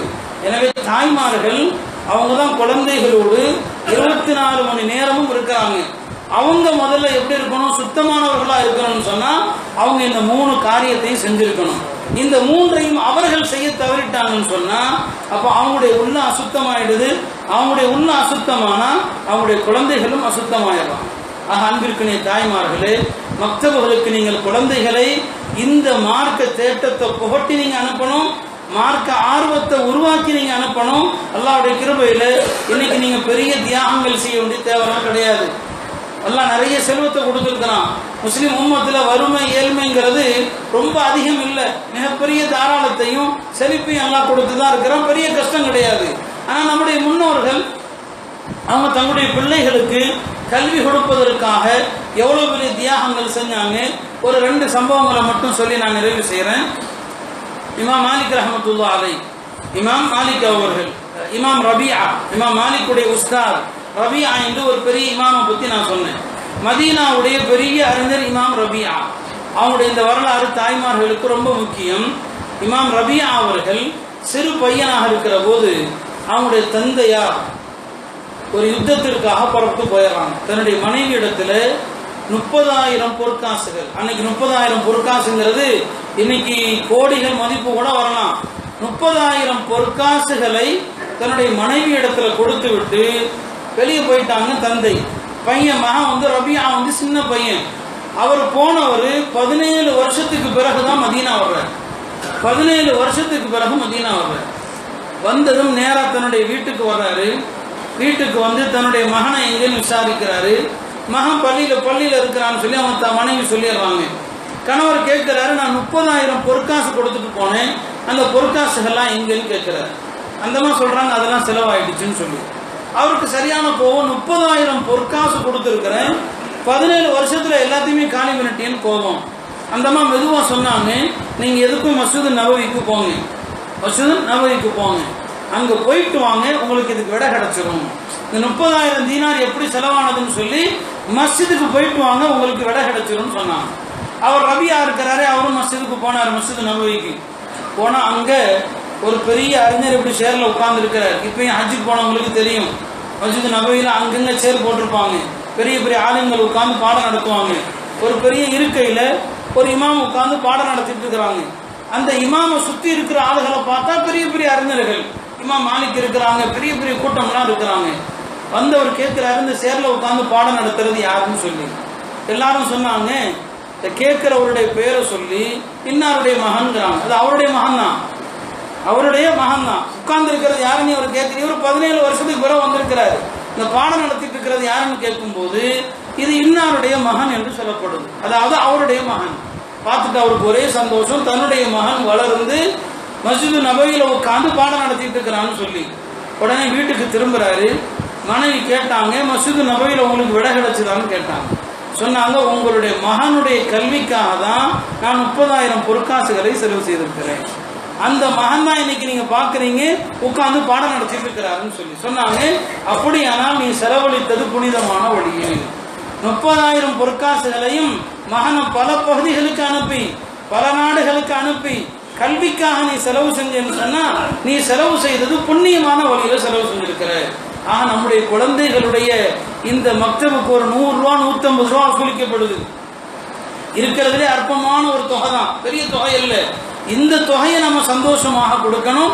தாய்மார்கள் இதுல பெரிய தியாகத்தை காட்டணும். அந்த தாய் எப்படி தன்னுடைய மகனை வளர்க்கிறதுக்கு, மார்க்க கல்வியை போட்டுறதுக்கு அவ்வளவு பணம் செலவு செஞ்சாங்க. இன்னைக்கு அந்த மாதிரி பெரிய தியாகம் செய்யறதுக்கு வேலை இல்லை. இரண்டாவது இமாம் ஷாஃபி ரஹ்மத்துல்லாஹி அலைஹி, அவனுடைய தந்தையும் சின்ன வயசுல மௌத்தாயிட்டாங்க. வரலாற்றை நீங்க பார்த்தீங்கன்னு சொன்னா பெரிய பெரிய இமாம்கள் பூரா அனாதையாகத்தான் வளர்ந்துருக்கிறாங்க. ஏன்னா அல்லாஹ்வுடைய ஒரு நியதி என்னன்னு சொன்னா, அனாதை குழந்தைகளுக்கு தான் அல்லாஹ் அதிக அறிவு கொடுக்குறான். அவங்க உரிய முறையில வளர்க்கப்பட்டா சமுதாயத்தின் பெரிய தலைவர்களாக ஆவாங்க. எல்லா இமாம்களும் அனாதைகள் தான்.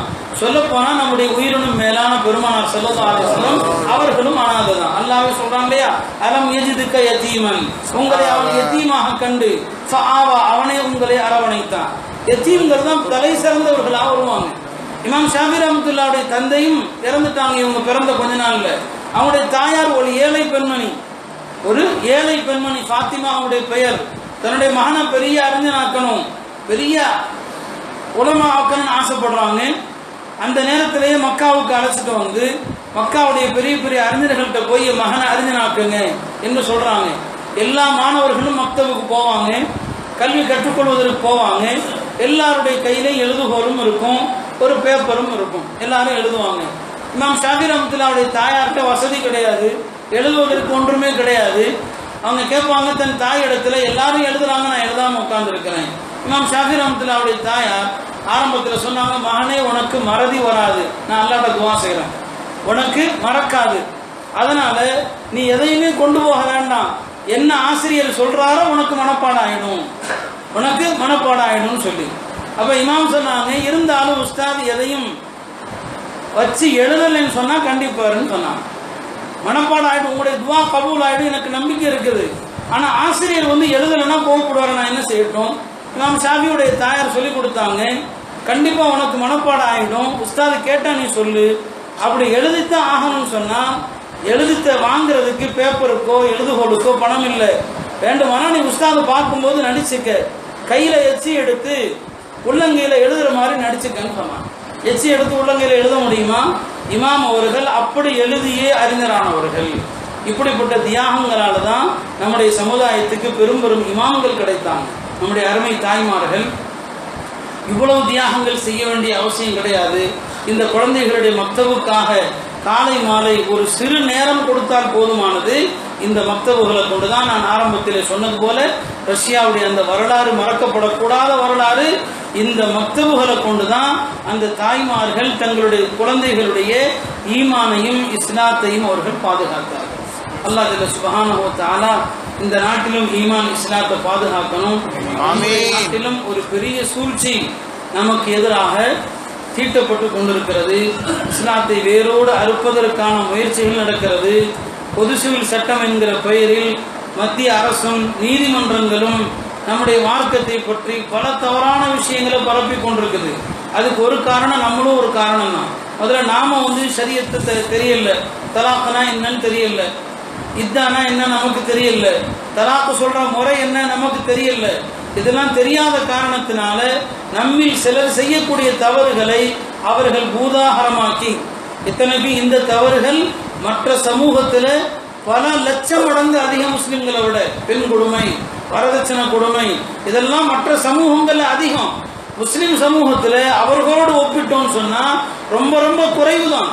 ஆனாலும் நம்ம ஷரியத்துடைய சட்டத்தை தெரியாததுனால நம்மில் சிலர் செய்யக்கூடிய தவறுகளை இந்த ஊடகங்கள் ஊதி பெருசாக்கி அதை காரணமாக வைத்து நம் மீது ஒரு குஃபருடைய சட்டத்தை, இறை மறுப்பாளர்களுடைய சட்டத்தை திணிப்பதற்கான ஒரு முயற்சி நடக்குது. அல்லாஹ் இந்த சூழ்ச்சியை முறியடிப்பானாக.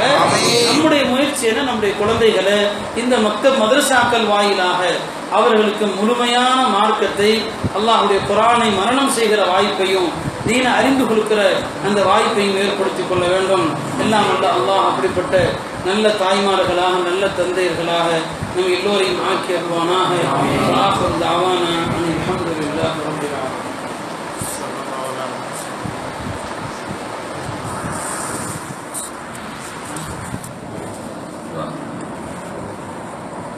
الحمد لله رب العالمين. اللهم صل على